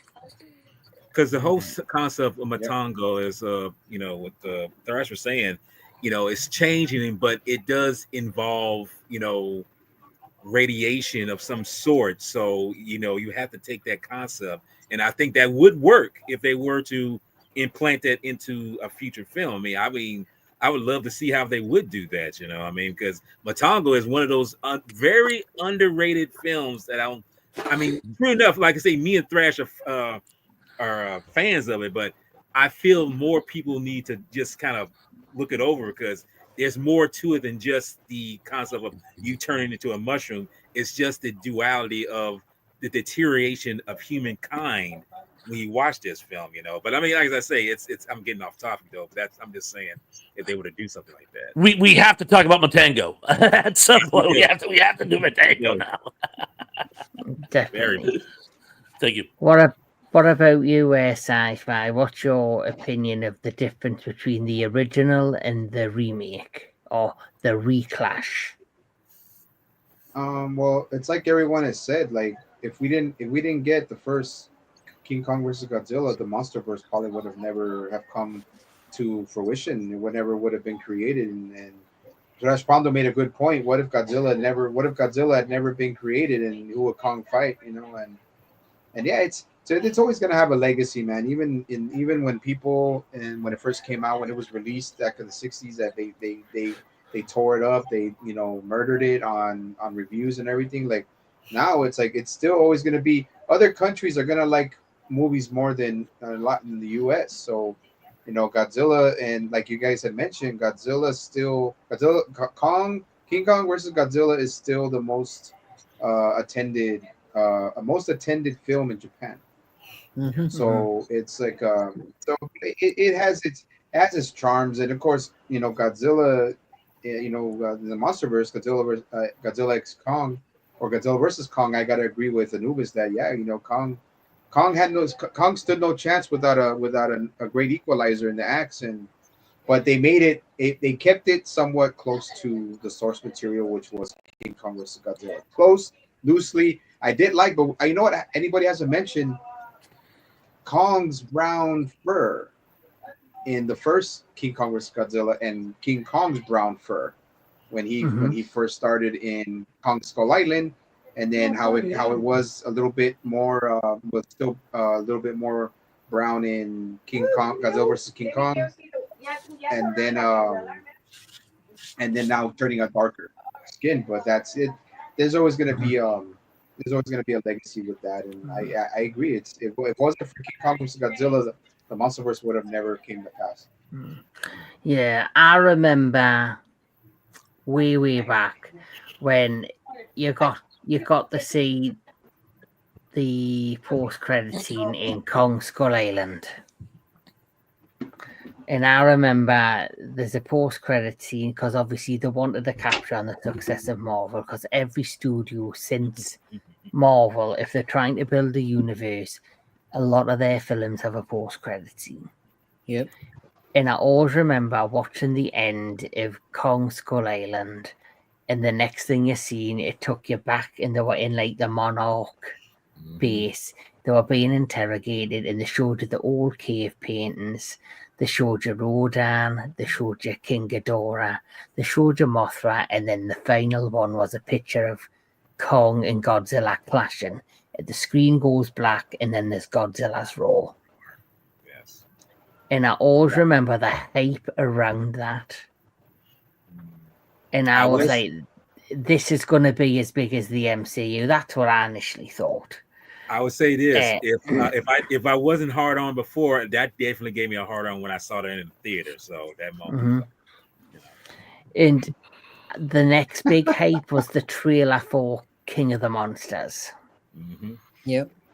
Yeah. I have to say though, the trailer and the promotion work was much better than the actual end of film, because, and I say that only for one reason: this had too many spoilers. Too many like TV spots, too many trailers, too much information just hide out there that when you got your arse in the seat, there was no surprises. I think we need much tighter control on spoilers. And the problem is, well, the social media, it's very hard now, and it's like also because of the hype and because of the success of the San Diego Comic Con trailer, it was the most viewed trailer that week, King of the Monsters, and the hype was real. So because the hype was real, they started pre-production straight away on Godzilla vs. Kong. Well, I think it could have been done if they because it's good you promote something, but it's like I've been told before, you don't give the whole buffet, don't give the whole dinner without giving a little like an entree, just give a little taste of it. And then Marvel did it 10 times, and they was able to get movies out there without having to promote a whole bunch of secrets being in the trailer or with advertising. It's like it could have been done, but somebody oversaturated that with that. I think that's what was the problem. Tony, wrong stream. Right? Wow. Okay. My camera's on. I didn't catch that at first until I was like, "Is he doing?" I think. Okay. Yeah. We used to talk about hard-ons, and I just got excited. Okay. Well, that's good. You're supposed to get excited. So I always remember, because of the hype of the King of the Monsters trailer, the film didn't do as well at the box office, but because they were already in production, they had no choice but to release Godzilla vs. Kong. Yeah. But luckily, there was a thing called the pandemic that got in the way. And so it was what I think also hyped is because it was 2 years of no movies, no going outdoors. It was the first major film released on both streaming in cinemas, theaters simultaneously. It did big. Well, that movie, which is so funny because the original was so important to both franchises that when 2021 came out, that basically saved the MonsterVerse, because after the failure of King of the Monsters, I thought they were going to be done. So when Godzilla and Kong came out, that saved it. They made a lot of money. They did very well. It wasn't a failure. It was not a failure, Anubis. It's not what? Godzilla King of the Monsters was not a failure. Well, no. But, just in terms of money, like it didn't really make the kind of money that 2014 made, or even Godzilla and Kong, which is unfortunate. It's a really great movie, but I think the theatrical box office recouped the money from the production, but it was all the streaming and the DVDs and merchandise sales is where they actually made a profit. Yeah. Yes. Yeah. But Oh yeah, the Godzilla. but the one thing I will yeah. say, because of the success of that movie, I think they saw potential like, right, Kong and Godzilla need to be a team, and we need to keep it together because that's what's drawing the crowd. And we're heading in 2027 to our third outing with Godzilla and Kong. Who knows what it's going to be? I do not know. Mr. Daniel Miller, what's your opinion of the original and the new version? I think the original set the precedent for a lot, the MonsterVerse included. I think that the MonsterVerse, they got the actual concept of the fight, like who's the stronger one of the two. They got that correct. King Kong versus Godzilla, the original. Of course, it wasn't a serious movie from the get-go. It was a comedy twist on the idea, while also being a satire on how Japanese television thinks the audience is unintelligent and as such belittles them. The American cut of that movie tried to be a pseudo realistic monster movie by changing the narrative perspective through telling it as a series of news bulletins with news anchors, which I thought was an interesting one. The MonsterVerse plays it as a straightforward monster battle. What you see is what you get, and it's absolutely worth the price of admission if you went to see it in the cinema post lockdown. Mm-hmm. Now, in terms of the now this is going back to the original. In terms of the difference between the American and the Japanese cuts, they're more or less the same plot line. It's just very different in terms of the actual presentations of it. I mean, the American cut, it's shorter. It uses stock footage from the Mysterians in a few scenes, and most of Akira Ifukube's music is absent. The Japanese cut, of course, it's longer and it has all of Ifukube's music in there. But it also paints a more, I guess you would say, a more adventure, tongue-in-cheek kind of movie, especially with the King Kong angle. The MonsterVerse, Godzilla vs. Kong, it takes its own continuity and builds upon it in a way that not only broadens the lore of that, but it also harkens back to the very idea of two of cinema's most recognizable characters, these larger-than-life, pun intended, characters, having a rematch since the early 60s, but just a unique twist which would have worked if it weren't for the bloody spoilers. Social media, for God's sake. Yeah, I say to each their own. I don't usually try to favorite one movie over the other if it's a remake or a reinterpretation. I try to appreciate them as their own things, which I think Definitely. a lot of people, especially after Godzilla vs. Kong's release, there was quite a lot of that going around saying, well, which is the better movie? Of course, one has better special effects, but one has better storytelling. So I think it really boils down to they're both a product of each time, really. The 60s, it was sort of an anything goes, whether it be zany or action adventure.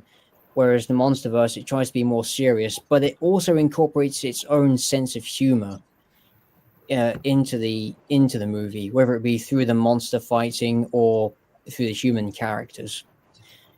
But definitely, the original has definitely been influential and concrete to filmmakers and to filmmaking, not just in terms of its history, but in terms of what it's inspired. Like the Kraken from Pirates of the Caribbean, I read in an article somewhere that the effects for that were inspired by the octopus scene from the original King Kong versus Godzilla, because That the makes director told sense. the effects to look at that scene and incorporate that into the Kraken.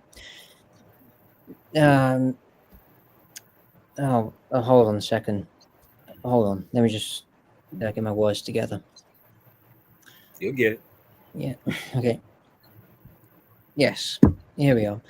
The Yes, there was a little bit of interesting trivia about that, and Walter, you may, most of you in Walter may know about this. The Japanese cut, it's been unavailable for a very long time outside Japan, but it wasn't until the Criterion managed to negotiate. Yep, release the Kraken, release the Kraken. There you go. Yep, Criterion managed to negotiate with Toho that they could have the Japanese cut as a special feature in the box set. Now that, if you look at those two versions side by side, you notice that the Japanese cut, although it is remastered by today's standards, there's a catch. Because the original Japanese version was shown at film festivals toward the end of the 60s to help Toho generate more money to keep producing more films, because there was a recession going into the 70s. But during these festivals, the films, King Kong versus Godzilla included, were all cut down to fit within the runtime. Now, all the movies that were cuts, they were restored later on, but King Kong versus Godzilla fared the worst, as they had to replace the missing scenes with footage of varying quality. Some of it from work prints that were duplicates from the original negatives, others that were from sources that were of lesser material. But during a clear out of the Toho vault, this was as the Criterion were negotiating the King Kong versus Godzilla release for their box set. Toho found an intact 35mm duplicate of the original Japanese negative, and that How's was lucky is that? that was there was a post on Toho's social media. I think it was either the Twitter or the Instagram. It was one of the two, but then it made headlines on YouTube. So yeah, they remastered it, and it was the first Godzilla movie to be given the 4K treatment in Japan only. But yeah, an interesting piece of trivia. But if you, Yeah. I think, But how lucky is that? How lucky is that? Hmm. That they came across just a random, they were just looking through the vault of Toho and happened to just come across a duplicate Very of lucky. the original. Very lucky. Yeah, It's very lucky.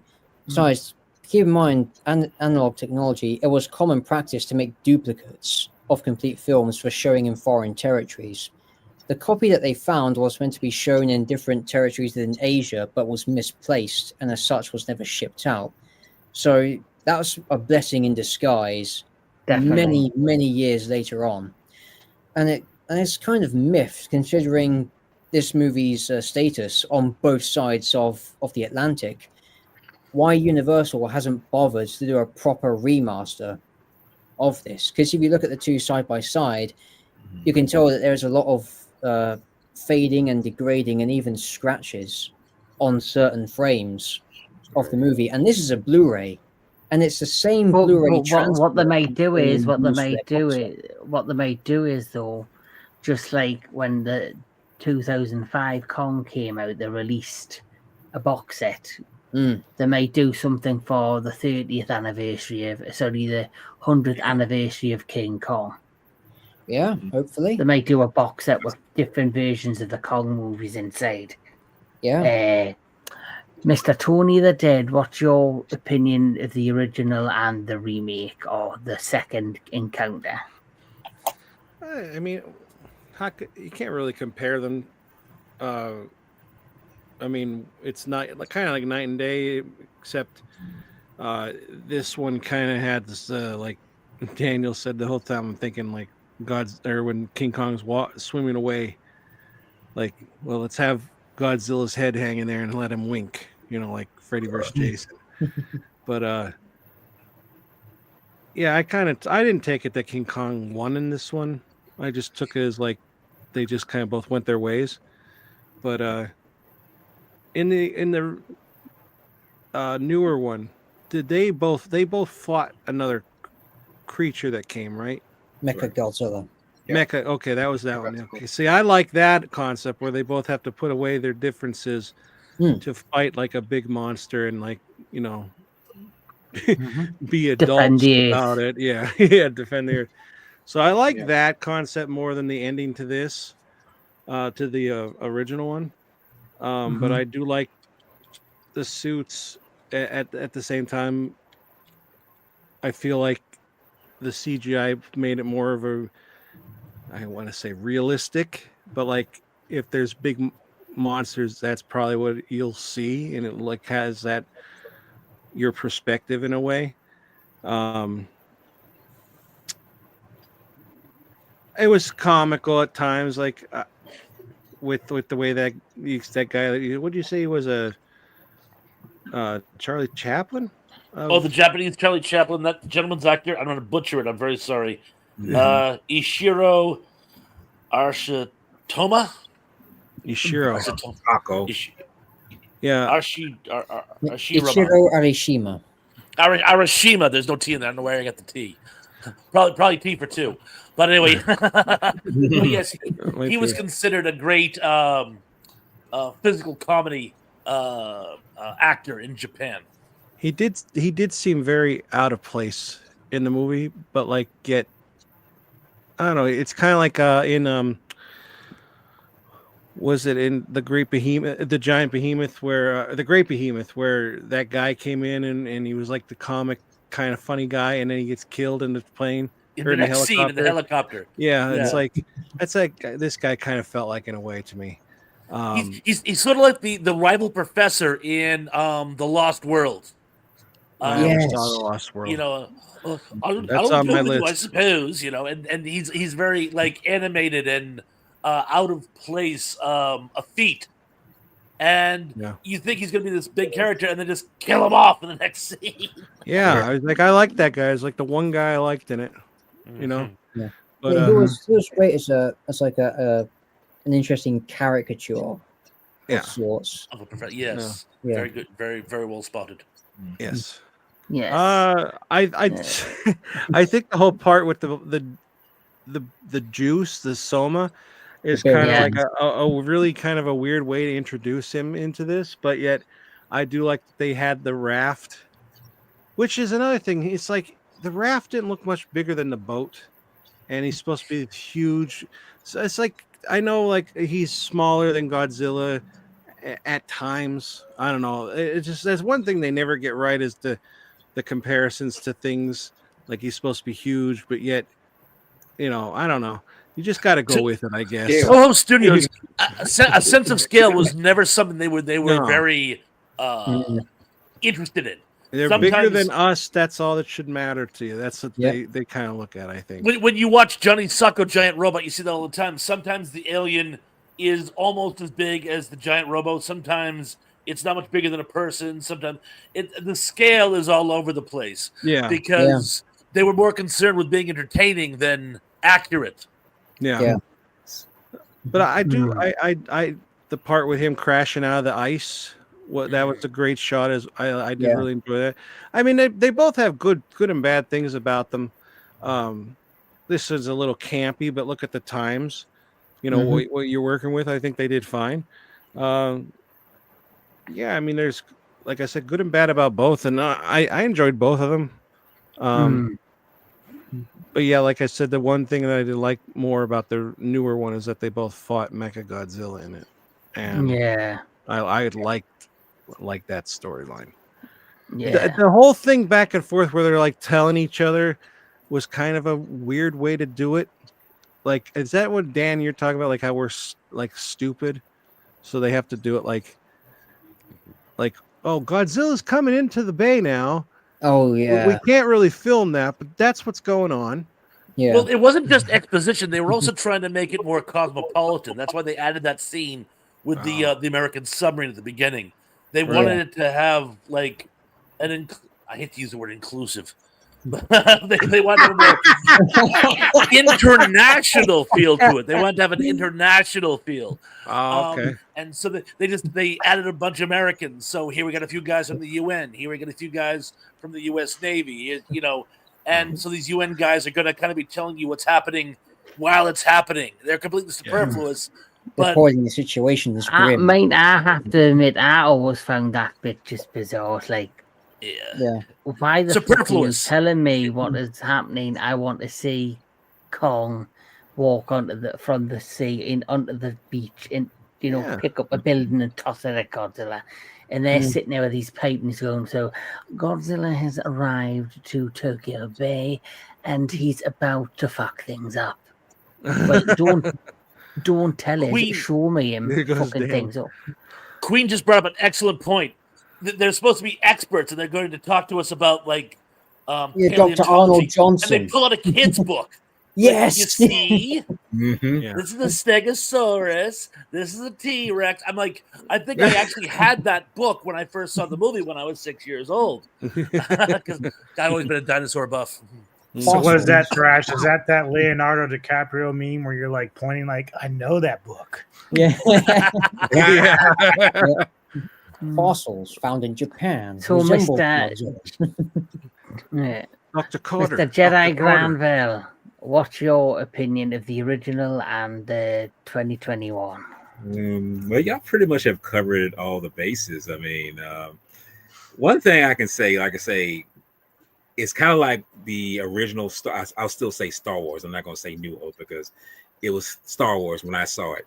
Star Wars will have a special place in my heart, just like this film has a special place in my heart. But like you say, when you compare like apples and oranges, like I say, the MonsterVerse film has a more texture too because it seems or looks more, as Tony was saying, more realistic because let's face it, you have new technologies and each one has their different ways of doing what they're doing. You know, I mean, you have a man in the suit, whereas here it's more motion capture suits capturing the action and everything.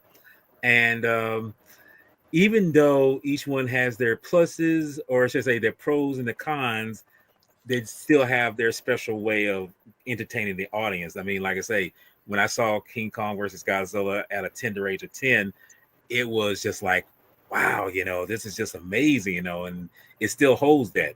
But when you see something like MonsterVerse, Godzilla versus Kong at your 50 age range, you realize, oh man, this is badass. They actually went ahead and did this, It's like, this is where you have to realize that it's almost like what you call them, mini bites, that cereal is like frosted for the kid in you, but the wheat is for the adult in you. So it's like that kind of play on that, So it's always knowing that one is meant for you at a certain point in your life, where the other one is meant for you later in life.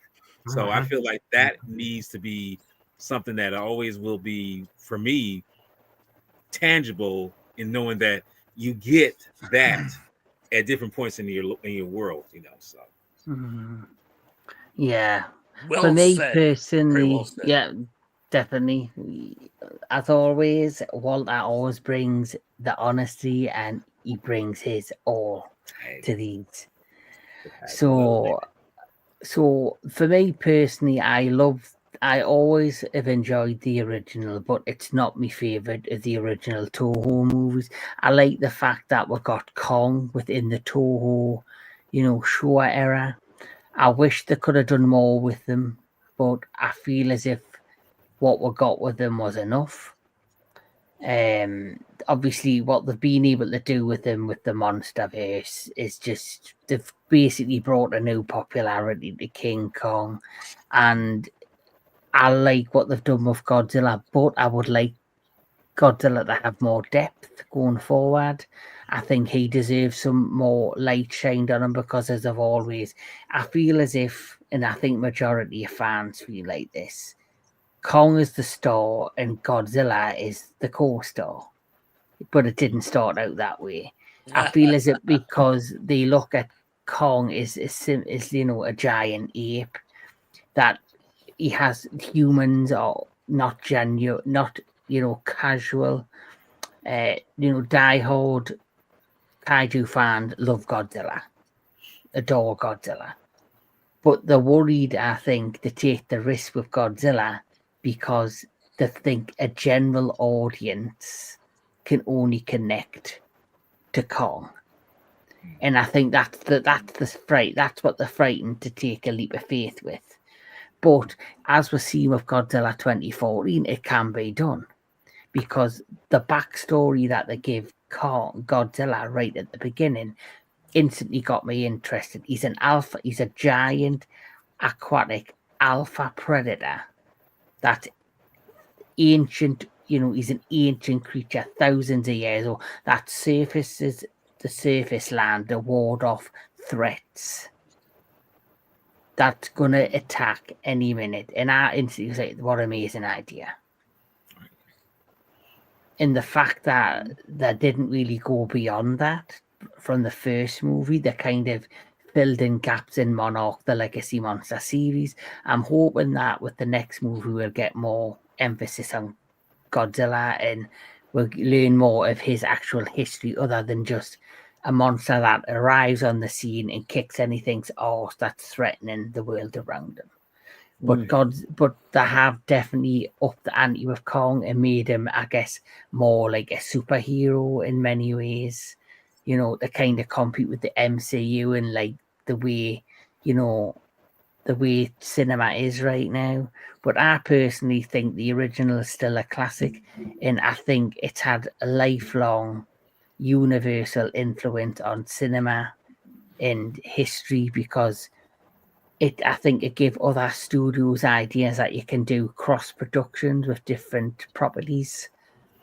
And obviously, whether people want to admit it or not, the Showa era, what Toho did interacting these different monsters was the first ever on screen, for me personally, shared cinematic universe.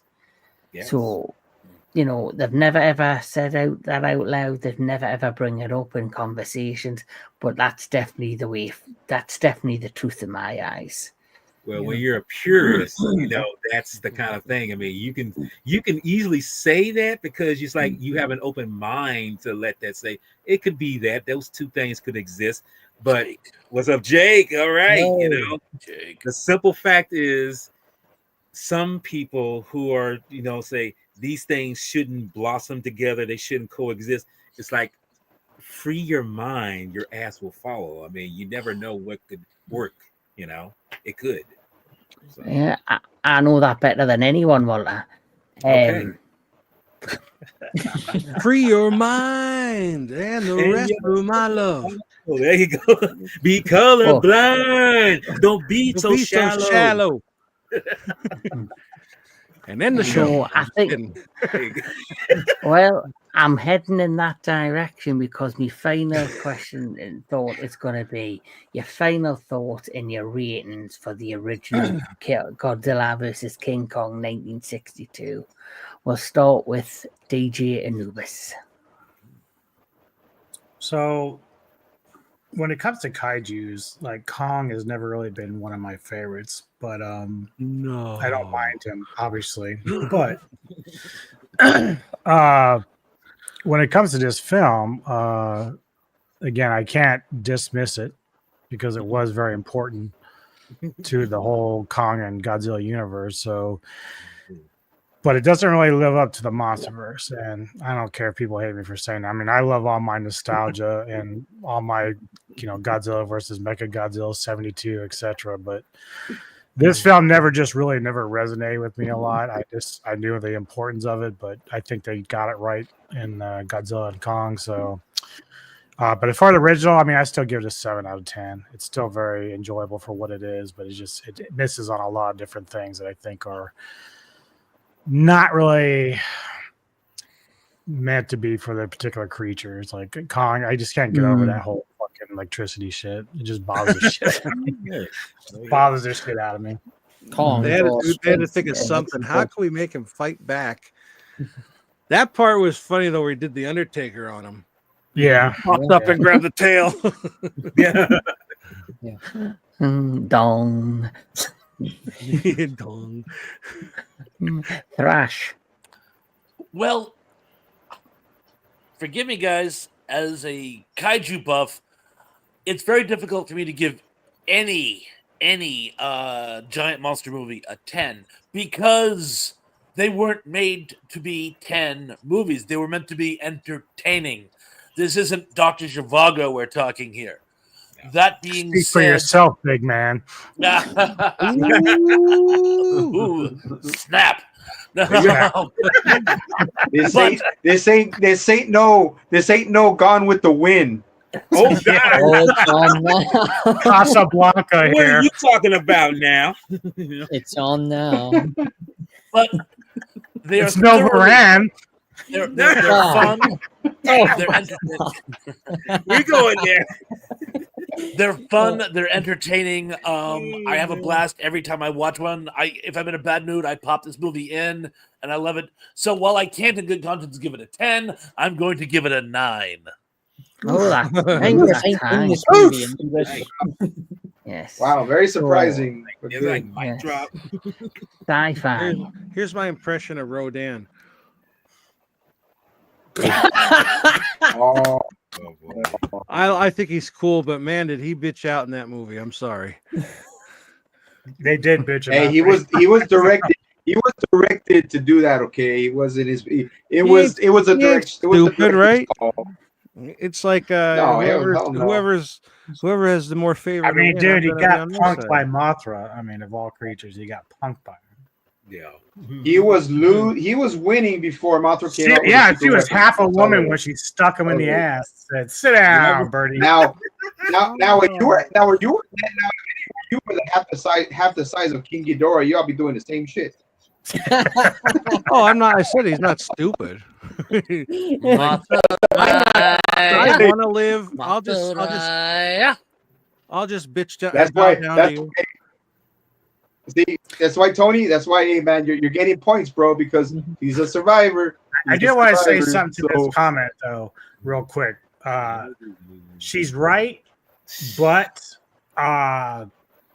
-1 probably should have won an Oscar for best movie. That movie is awesome, top to bottom.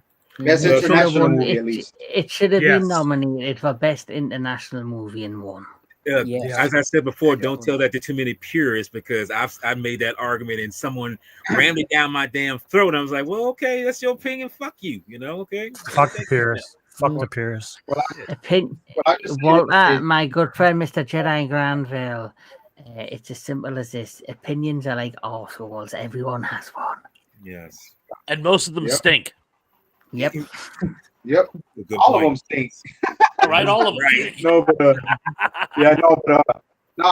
I mean, it's like you guys said, like Kevin is gonna, pretty much say Anubis or Ashpondo. It was a part of my childhood.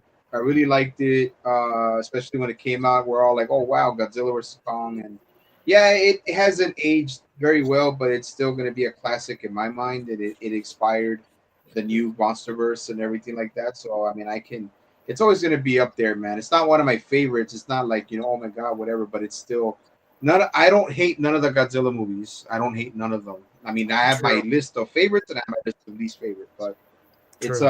I mean, it's always going to be a classic to me. So I give it about, I'll give it an 8. I give it an 8 Mm. ranking. So, because of my Daniel childhood. Because Yeah. Yeah. Right. Oh, For and all our childhoods. Alejandro, Gamera versus Baragon. Different Baragon, but Gamera versus Baragon is probably the best Gamera movie. yes, that is the best one. That is the best one. Yep. Now, how would I rate this movie? I wouldn't give it a high rating, but I wouldn't give it a low rating. So I'll probably be around the middle, say around a 6.5 to a 7 out of 10. It is of its time. It has its charm. It's great to see as a 60s monster romp or just something to pass the time, or if you really want to get some friends around and see one of the biggest monster mashes since that of Frankenstein meets the Wolfman, and of course in a widescreen presentation and in color. As a serious kaiju movie, it's not without its flaws. I mean, of course, some of the characters could have been more fleshed out, but I did enjoy Mr. Taco, definitely, in both the American and Japanese versions. Compared to the newer movies, of course, it won't hold. Of course, it's not as strong as those movies, but it's not any less of an entertaining film as the MonsterVerse films. It's important, as we've said, because not only did it spark the foundations for the MonsterVerse, it actually prompted the people in charge of the MonsterVerse to say, look, we've got a Godzilla movie, we've got a Kong movie. Now we've introduced both characters again. Let's put them together in a movie and make them rematch. And that was the right decision there, as well Doing as good. changing into a team, into a tag team at the end. Yeah. Now, in terms of the original movie, not the greatest, but not the worst of the bunch either, and it's important for a number of things, especially in the home media department. It has a very interesting history from being a truncated festival presentation to being restored to being the first of the Toho catalog of kaiju movies to get a 4K transfer before the original Godzilla as well. So that's something to take into account. Mm-hmm. So yeah, my final rating, 6.5 out of 10. I think that's Hasn't fair. aged well, but it's What it's a has? fun film to watch. Yeah. Oh, Miss, guys, I hate to interrupt. I just looked at the time. I get a bail. Wicked sorry to okay. like ditch on you, but guys, I have had so much fun tonight, and I'll see you all Saturday for Green Slime. Yes. Awesome. Mhm. Looking forward to it. Have a good Night, night, guys. Thrash. Yep. Thanks. See you Take care, Saturday. guys. Good night, Thrash. Peace. Peace. Peace. So where we're going to Mr. Tony next. Yeah, everybody made some, real good points and stuff. Wow, that came out really bad. It came out very American to me. Everybody made a lot of good points, and yeah, I mean, far as like entertainment value, I think like I enjoy the remake more, or they should say the newer one more. But you got to go with what they had back then, and the fact that there's guys in suits and going through all that, and then it's another thing. But which one would I put on? Probably the newer one. I like that Yeah. storyline better. But I still appreciate this. It's the first time watching it. I would like to show my kids. I think they would enjoy it. It seems like more geared toward younger generations. But I would definitely say I was thinking what Dan said, probably about 6.5. I enjoyed it. It was entertaining. Like Thrash said, like it's not a 10 or anything, but I didn't waste my time, so I'm fine with it. Shayna G, Hello. I know her. Cool. Shayna G. Yeah. Shauna. That's Shauna. She's wild. Yes. Shauna. That's So, Shanna. I think finally we're down to Mr. Jedi Granville. Always Okay. fucking laughs. All right. Yeah, well, of course. I always bring in the rear because I'm sexual chocolate all the There time. you go. Yes. You should put that on a shirt. Oh, Yeah, yeah, Alejandro, we're gonna be doing that one tomorrow. We're doing a review on that tomorrow, actually. yes. It's going to be live again the same time as this one. Yeah. But they did. But to close it all up, not the butthole. To close it all up, it's this film is, like I say again, it's a childhood favorite, and I think, thankfully, like Godzilla, like Kong, I discovered them early in my youth. Maybe if I had discovered them in my teenage years, it would have been a different feel. But fortunately, I grasped these things back when, like I say, I didn't know a damn thing about anything around my surroundings. I mean, all I know is I was getting bullied and picked on and whatever. But thankfully, kaijus, Star Trek, Star Wars kept me in line to say, hey, you want to fuck with me? I'm gonna let you know. But it just let me know that I can run to these things and have my imagination just pumped. And King Kong versus Godzilla was no different. It really sold to me like, hey, you can, if you can think it, you can make it, And I think that just goes with life anyway. You know, you're going to make something like this and it stands the test of time even after 60 years. You know, who knows what else might come out that will stand the test of time, because like I say, the newer reiteration of Godzilla versus Kong, it shows right there people still have a taste for these things. You know, it's not going away. It's like it's like a taste in their mouth that just never goes away. And I feel like that's the thing about this movie. It's still going to stand the test of time, even 60 years later. You know, I mean, when it hits 100, it's like, wow, people still watching it, still talking about it. It's going to be the same with Godzilla when he hits 100.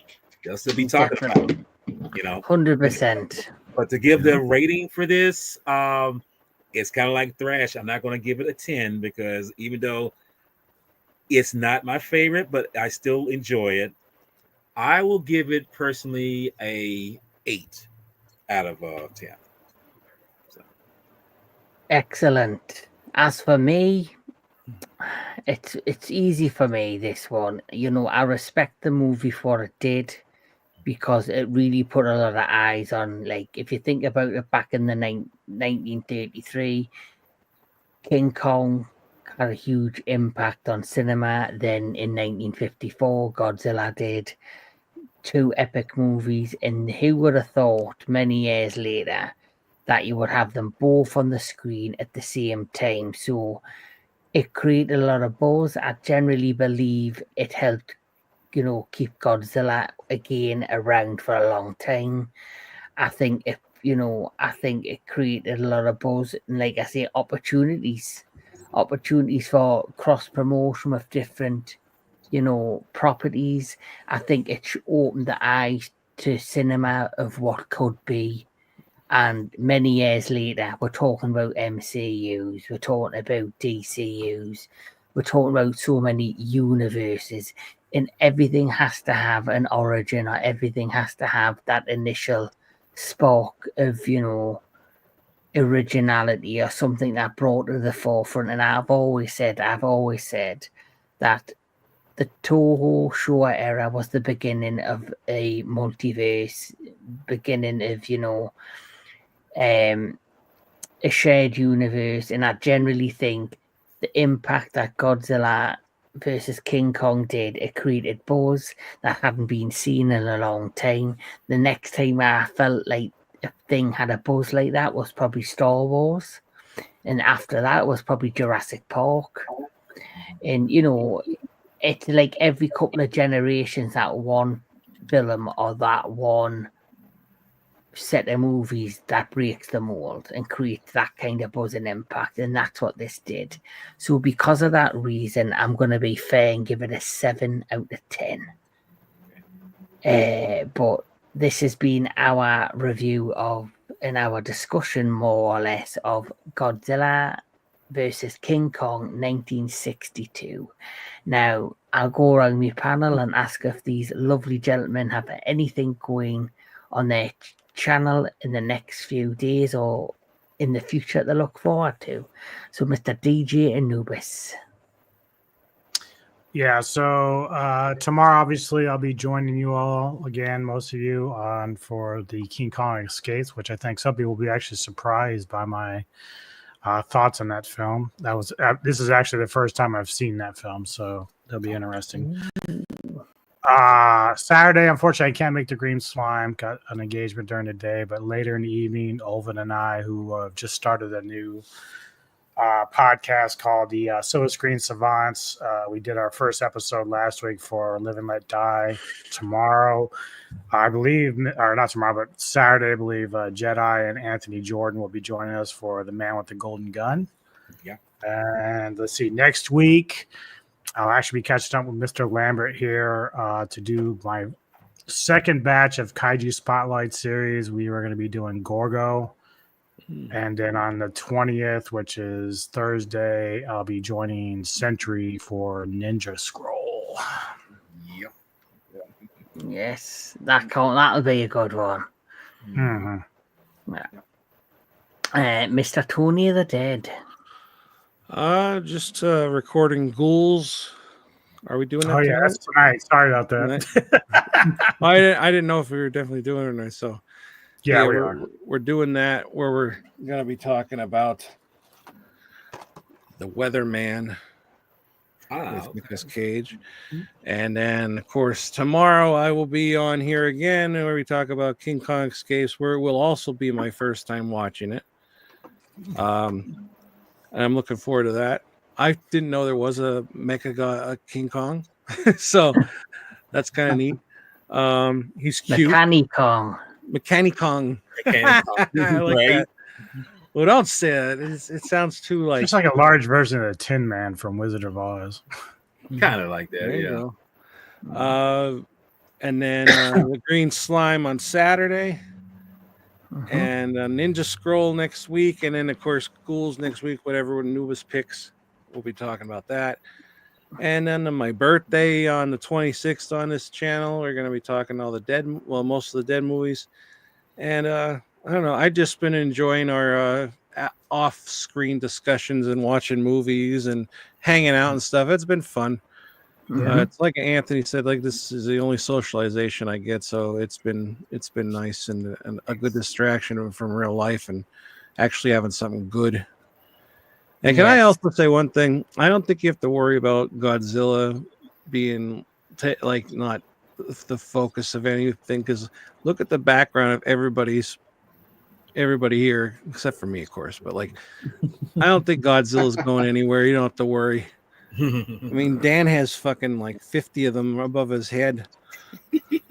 Yep. I just started. There in Century, you can see the chicken right at the top there. The chicken. Yep. Well, Hollywood. well, So true, Indy. So true. Mm. Oh Yeah, my God. it's been fun. So that's all that's going on, really. Jedi Grand Vale. Is there anything coming your way? Well, like I say, since we already know about the new laptop, I'm going to be working on trying to develop something new coming up my channel, but that'll probably be in a month or two's time. But as far as everything else, I will be joining with you gentlemen, wonderful gentlemen, again tomorrow for King Kong Escapes, and of course, I will be joining on Anubis's, and Euban's, yes, for the Man in the Golden Gun. And I'm trying to remember when were we doing was it going to be taping of the Green Slime? Yeah, it's just gonna be. This one's just gonna be recorded. Okay, well then I'll be joining that too. Which I'm gonna definitely want to bang out that one for sure. And of course, I will be on Sci-Fi's next week's Ninja Scrolls, baby. And I'm like, hopefully we tear that thing up like Homeboy tore. We won't get into that. But anyway, but yeah, I'm gonna be on that, and like I say, it's gonna be a fun time, like we've been doing all the time, just having fun. Mr. Sci-Fi Century. Well, first I want to thank you, Kevin, for always adding me and then everyone here on your podcast and your live streams. But yeah. You don't need an invite. looking- You can just pop in. You don't need an invite. You know your family. Just pop You can on just in. walk in naked. We don't care. Exactly.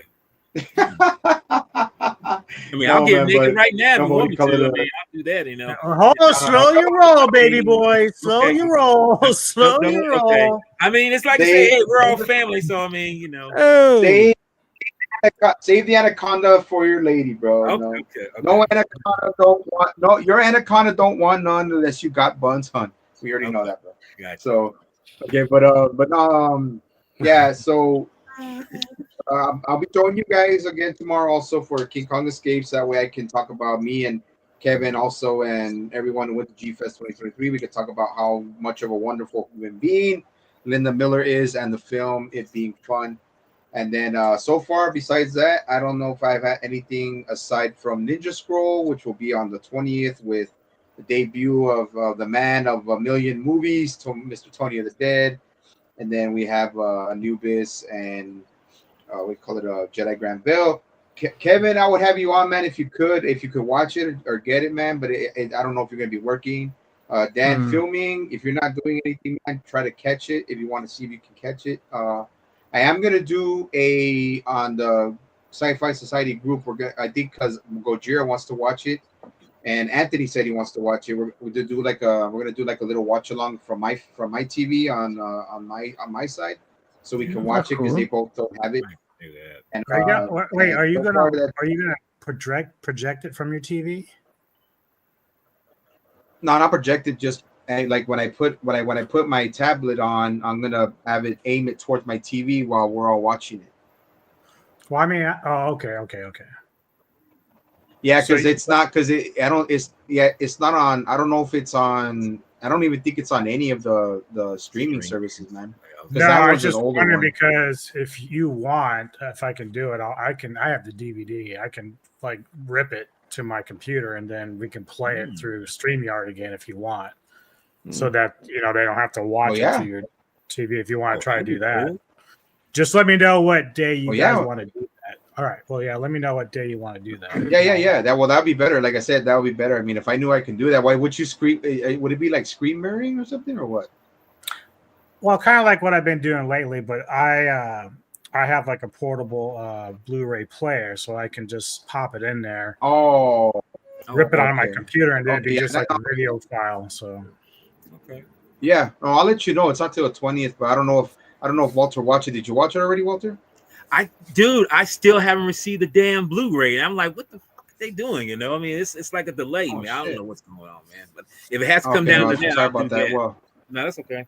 Yeah, well, okay, no, yeah, but you'll get it. You're just gonna be a while, but I'll say what do you call it? But yeah, Ninja Scroll, and then Ninja Scroll, then Event Horizon probably later this. I'll try to do later this month if I can, and then as I will say with Kevin, we're gonna run Godzilla versus Gigan in March when he has the time, and also that's one of my favorite Showa era films. Is that one? And I have to have on that one, and then hopefully, if you're gonna have a week, if he's on vacation or whatever, we can do either Godzilla versus the Sea Monster, or what was the other one? What was the other one I wanted to do? Shit, I can't think of it right now. But I'll get to everybody on top of that. But so far, just Ninja Scroll, and then in March we're gonna do Godzilla versus Guy again. So far, that's all I got going on. Mr. Dan Miller, is there anything coming to your channel? Nothing coming as of this current moment, but I am working on my creative writing and also doing some more illustrations. So as soon as they're finished, they'll be narrated or posted either on my socials, or I might do a video collage of some of my illustrations from my scrapbook, or I might do another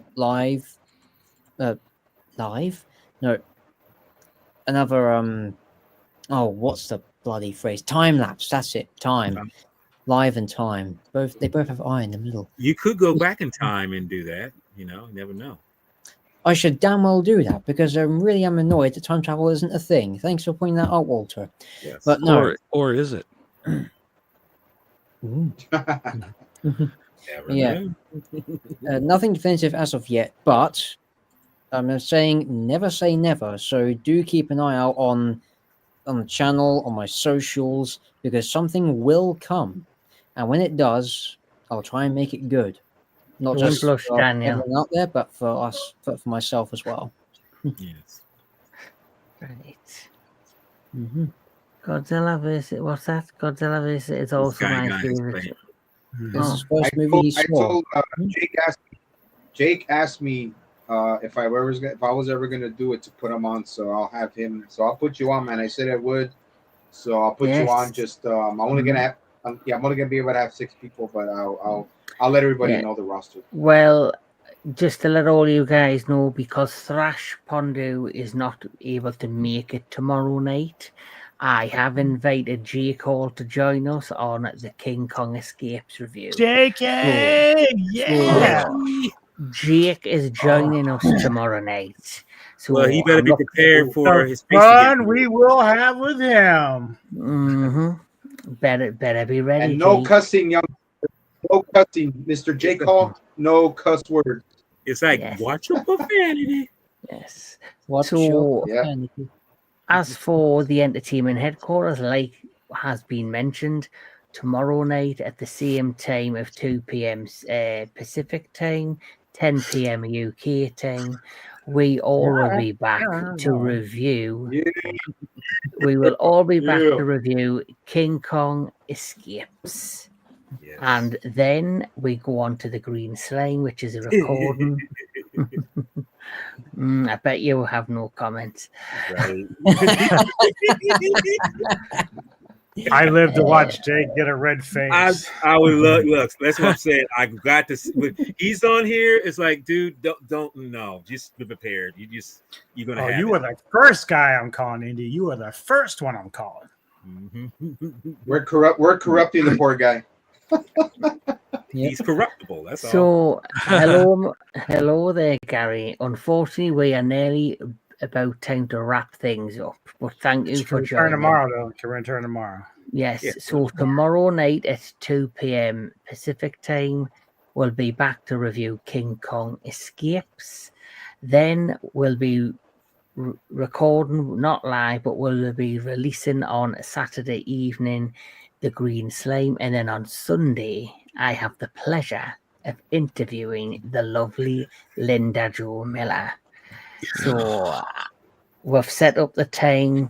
We've been talking over the last few weeks. So the star of King Kong Escapes, the female lead, Linda Jo Miller, Showa era legend, will be joining me on this channel, where we'll be doing an interview, and then it will be premiering on Monday night. But coming Sunday, I will be releasing my new unboxing video, which is a biggie. So Just like I have mine. that. Mm-hmm. Oh, I should mention too. I do also have an unboxing to do at some point. Mr. Jedi there sent me something, so I'm going to be doing that at some point. Mm-hmm. I don't know what it is. Could be a black mamba. I don't know. Yeah, no. Is it moving? Does it feel like it's alive? Seems a little squishy. That's what she said. Mhm. I am listening to everything you are saying, and I'm just thinking of it in a perverted way. You should. Can One you day feel when it? we're not, one It's day when we're squishy. not live, I will tell you a story that everyone will appreciate. Okay. Right, we better wrap this up because I want to hear it.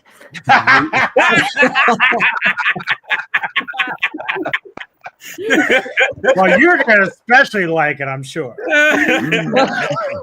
So, but anyway, that is what's coming up for the rest of this week on the entertainment headquarters. Later this month, we'll go back to a regular things that we do. Yeah, we have an Into the Darkness birthday special for Mr. Tony of the Dead. Here, we'll be reviewing all of the Joe A. Romero Dead movies, his selections. Then me, DJ Anubis, and anybody who is welcome here.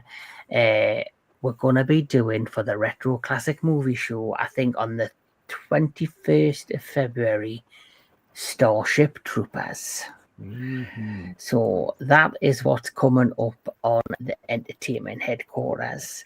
To all my guests, you all have been amazing as always. I love having you on. You make this worthwhile. I couldn't do this without you. So, my heart belongs to you guys.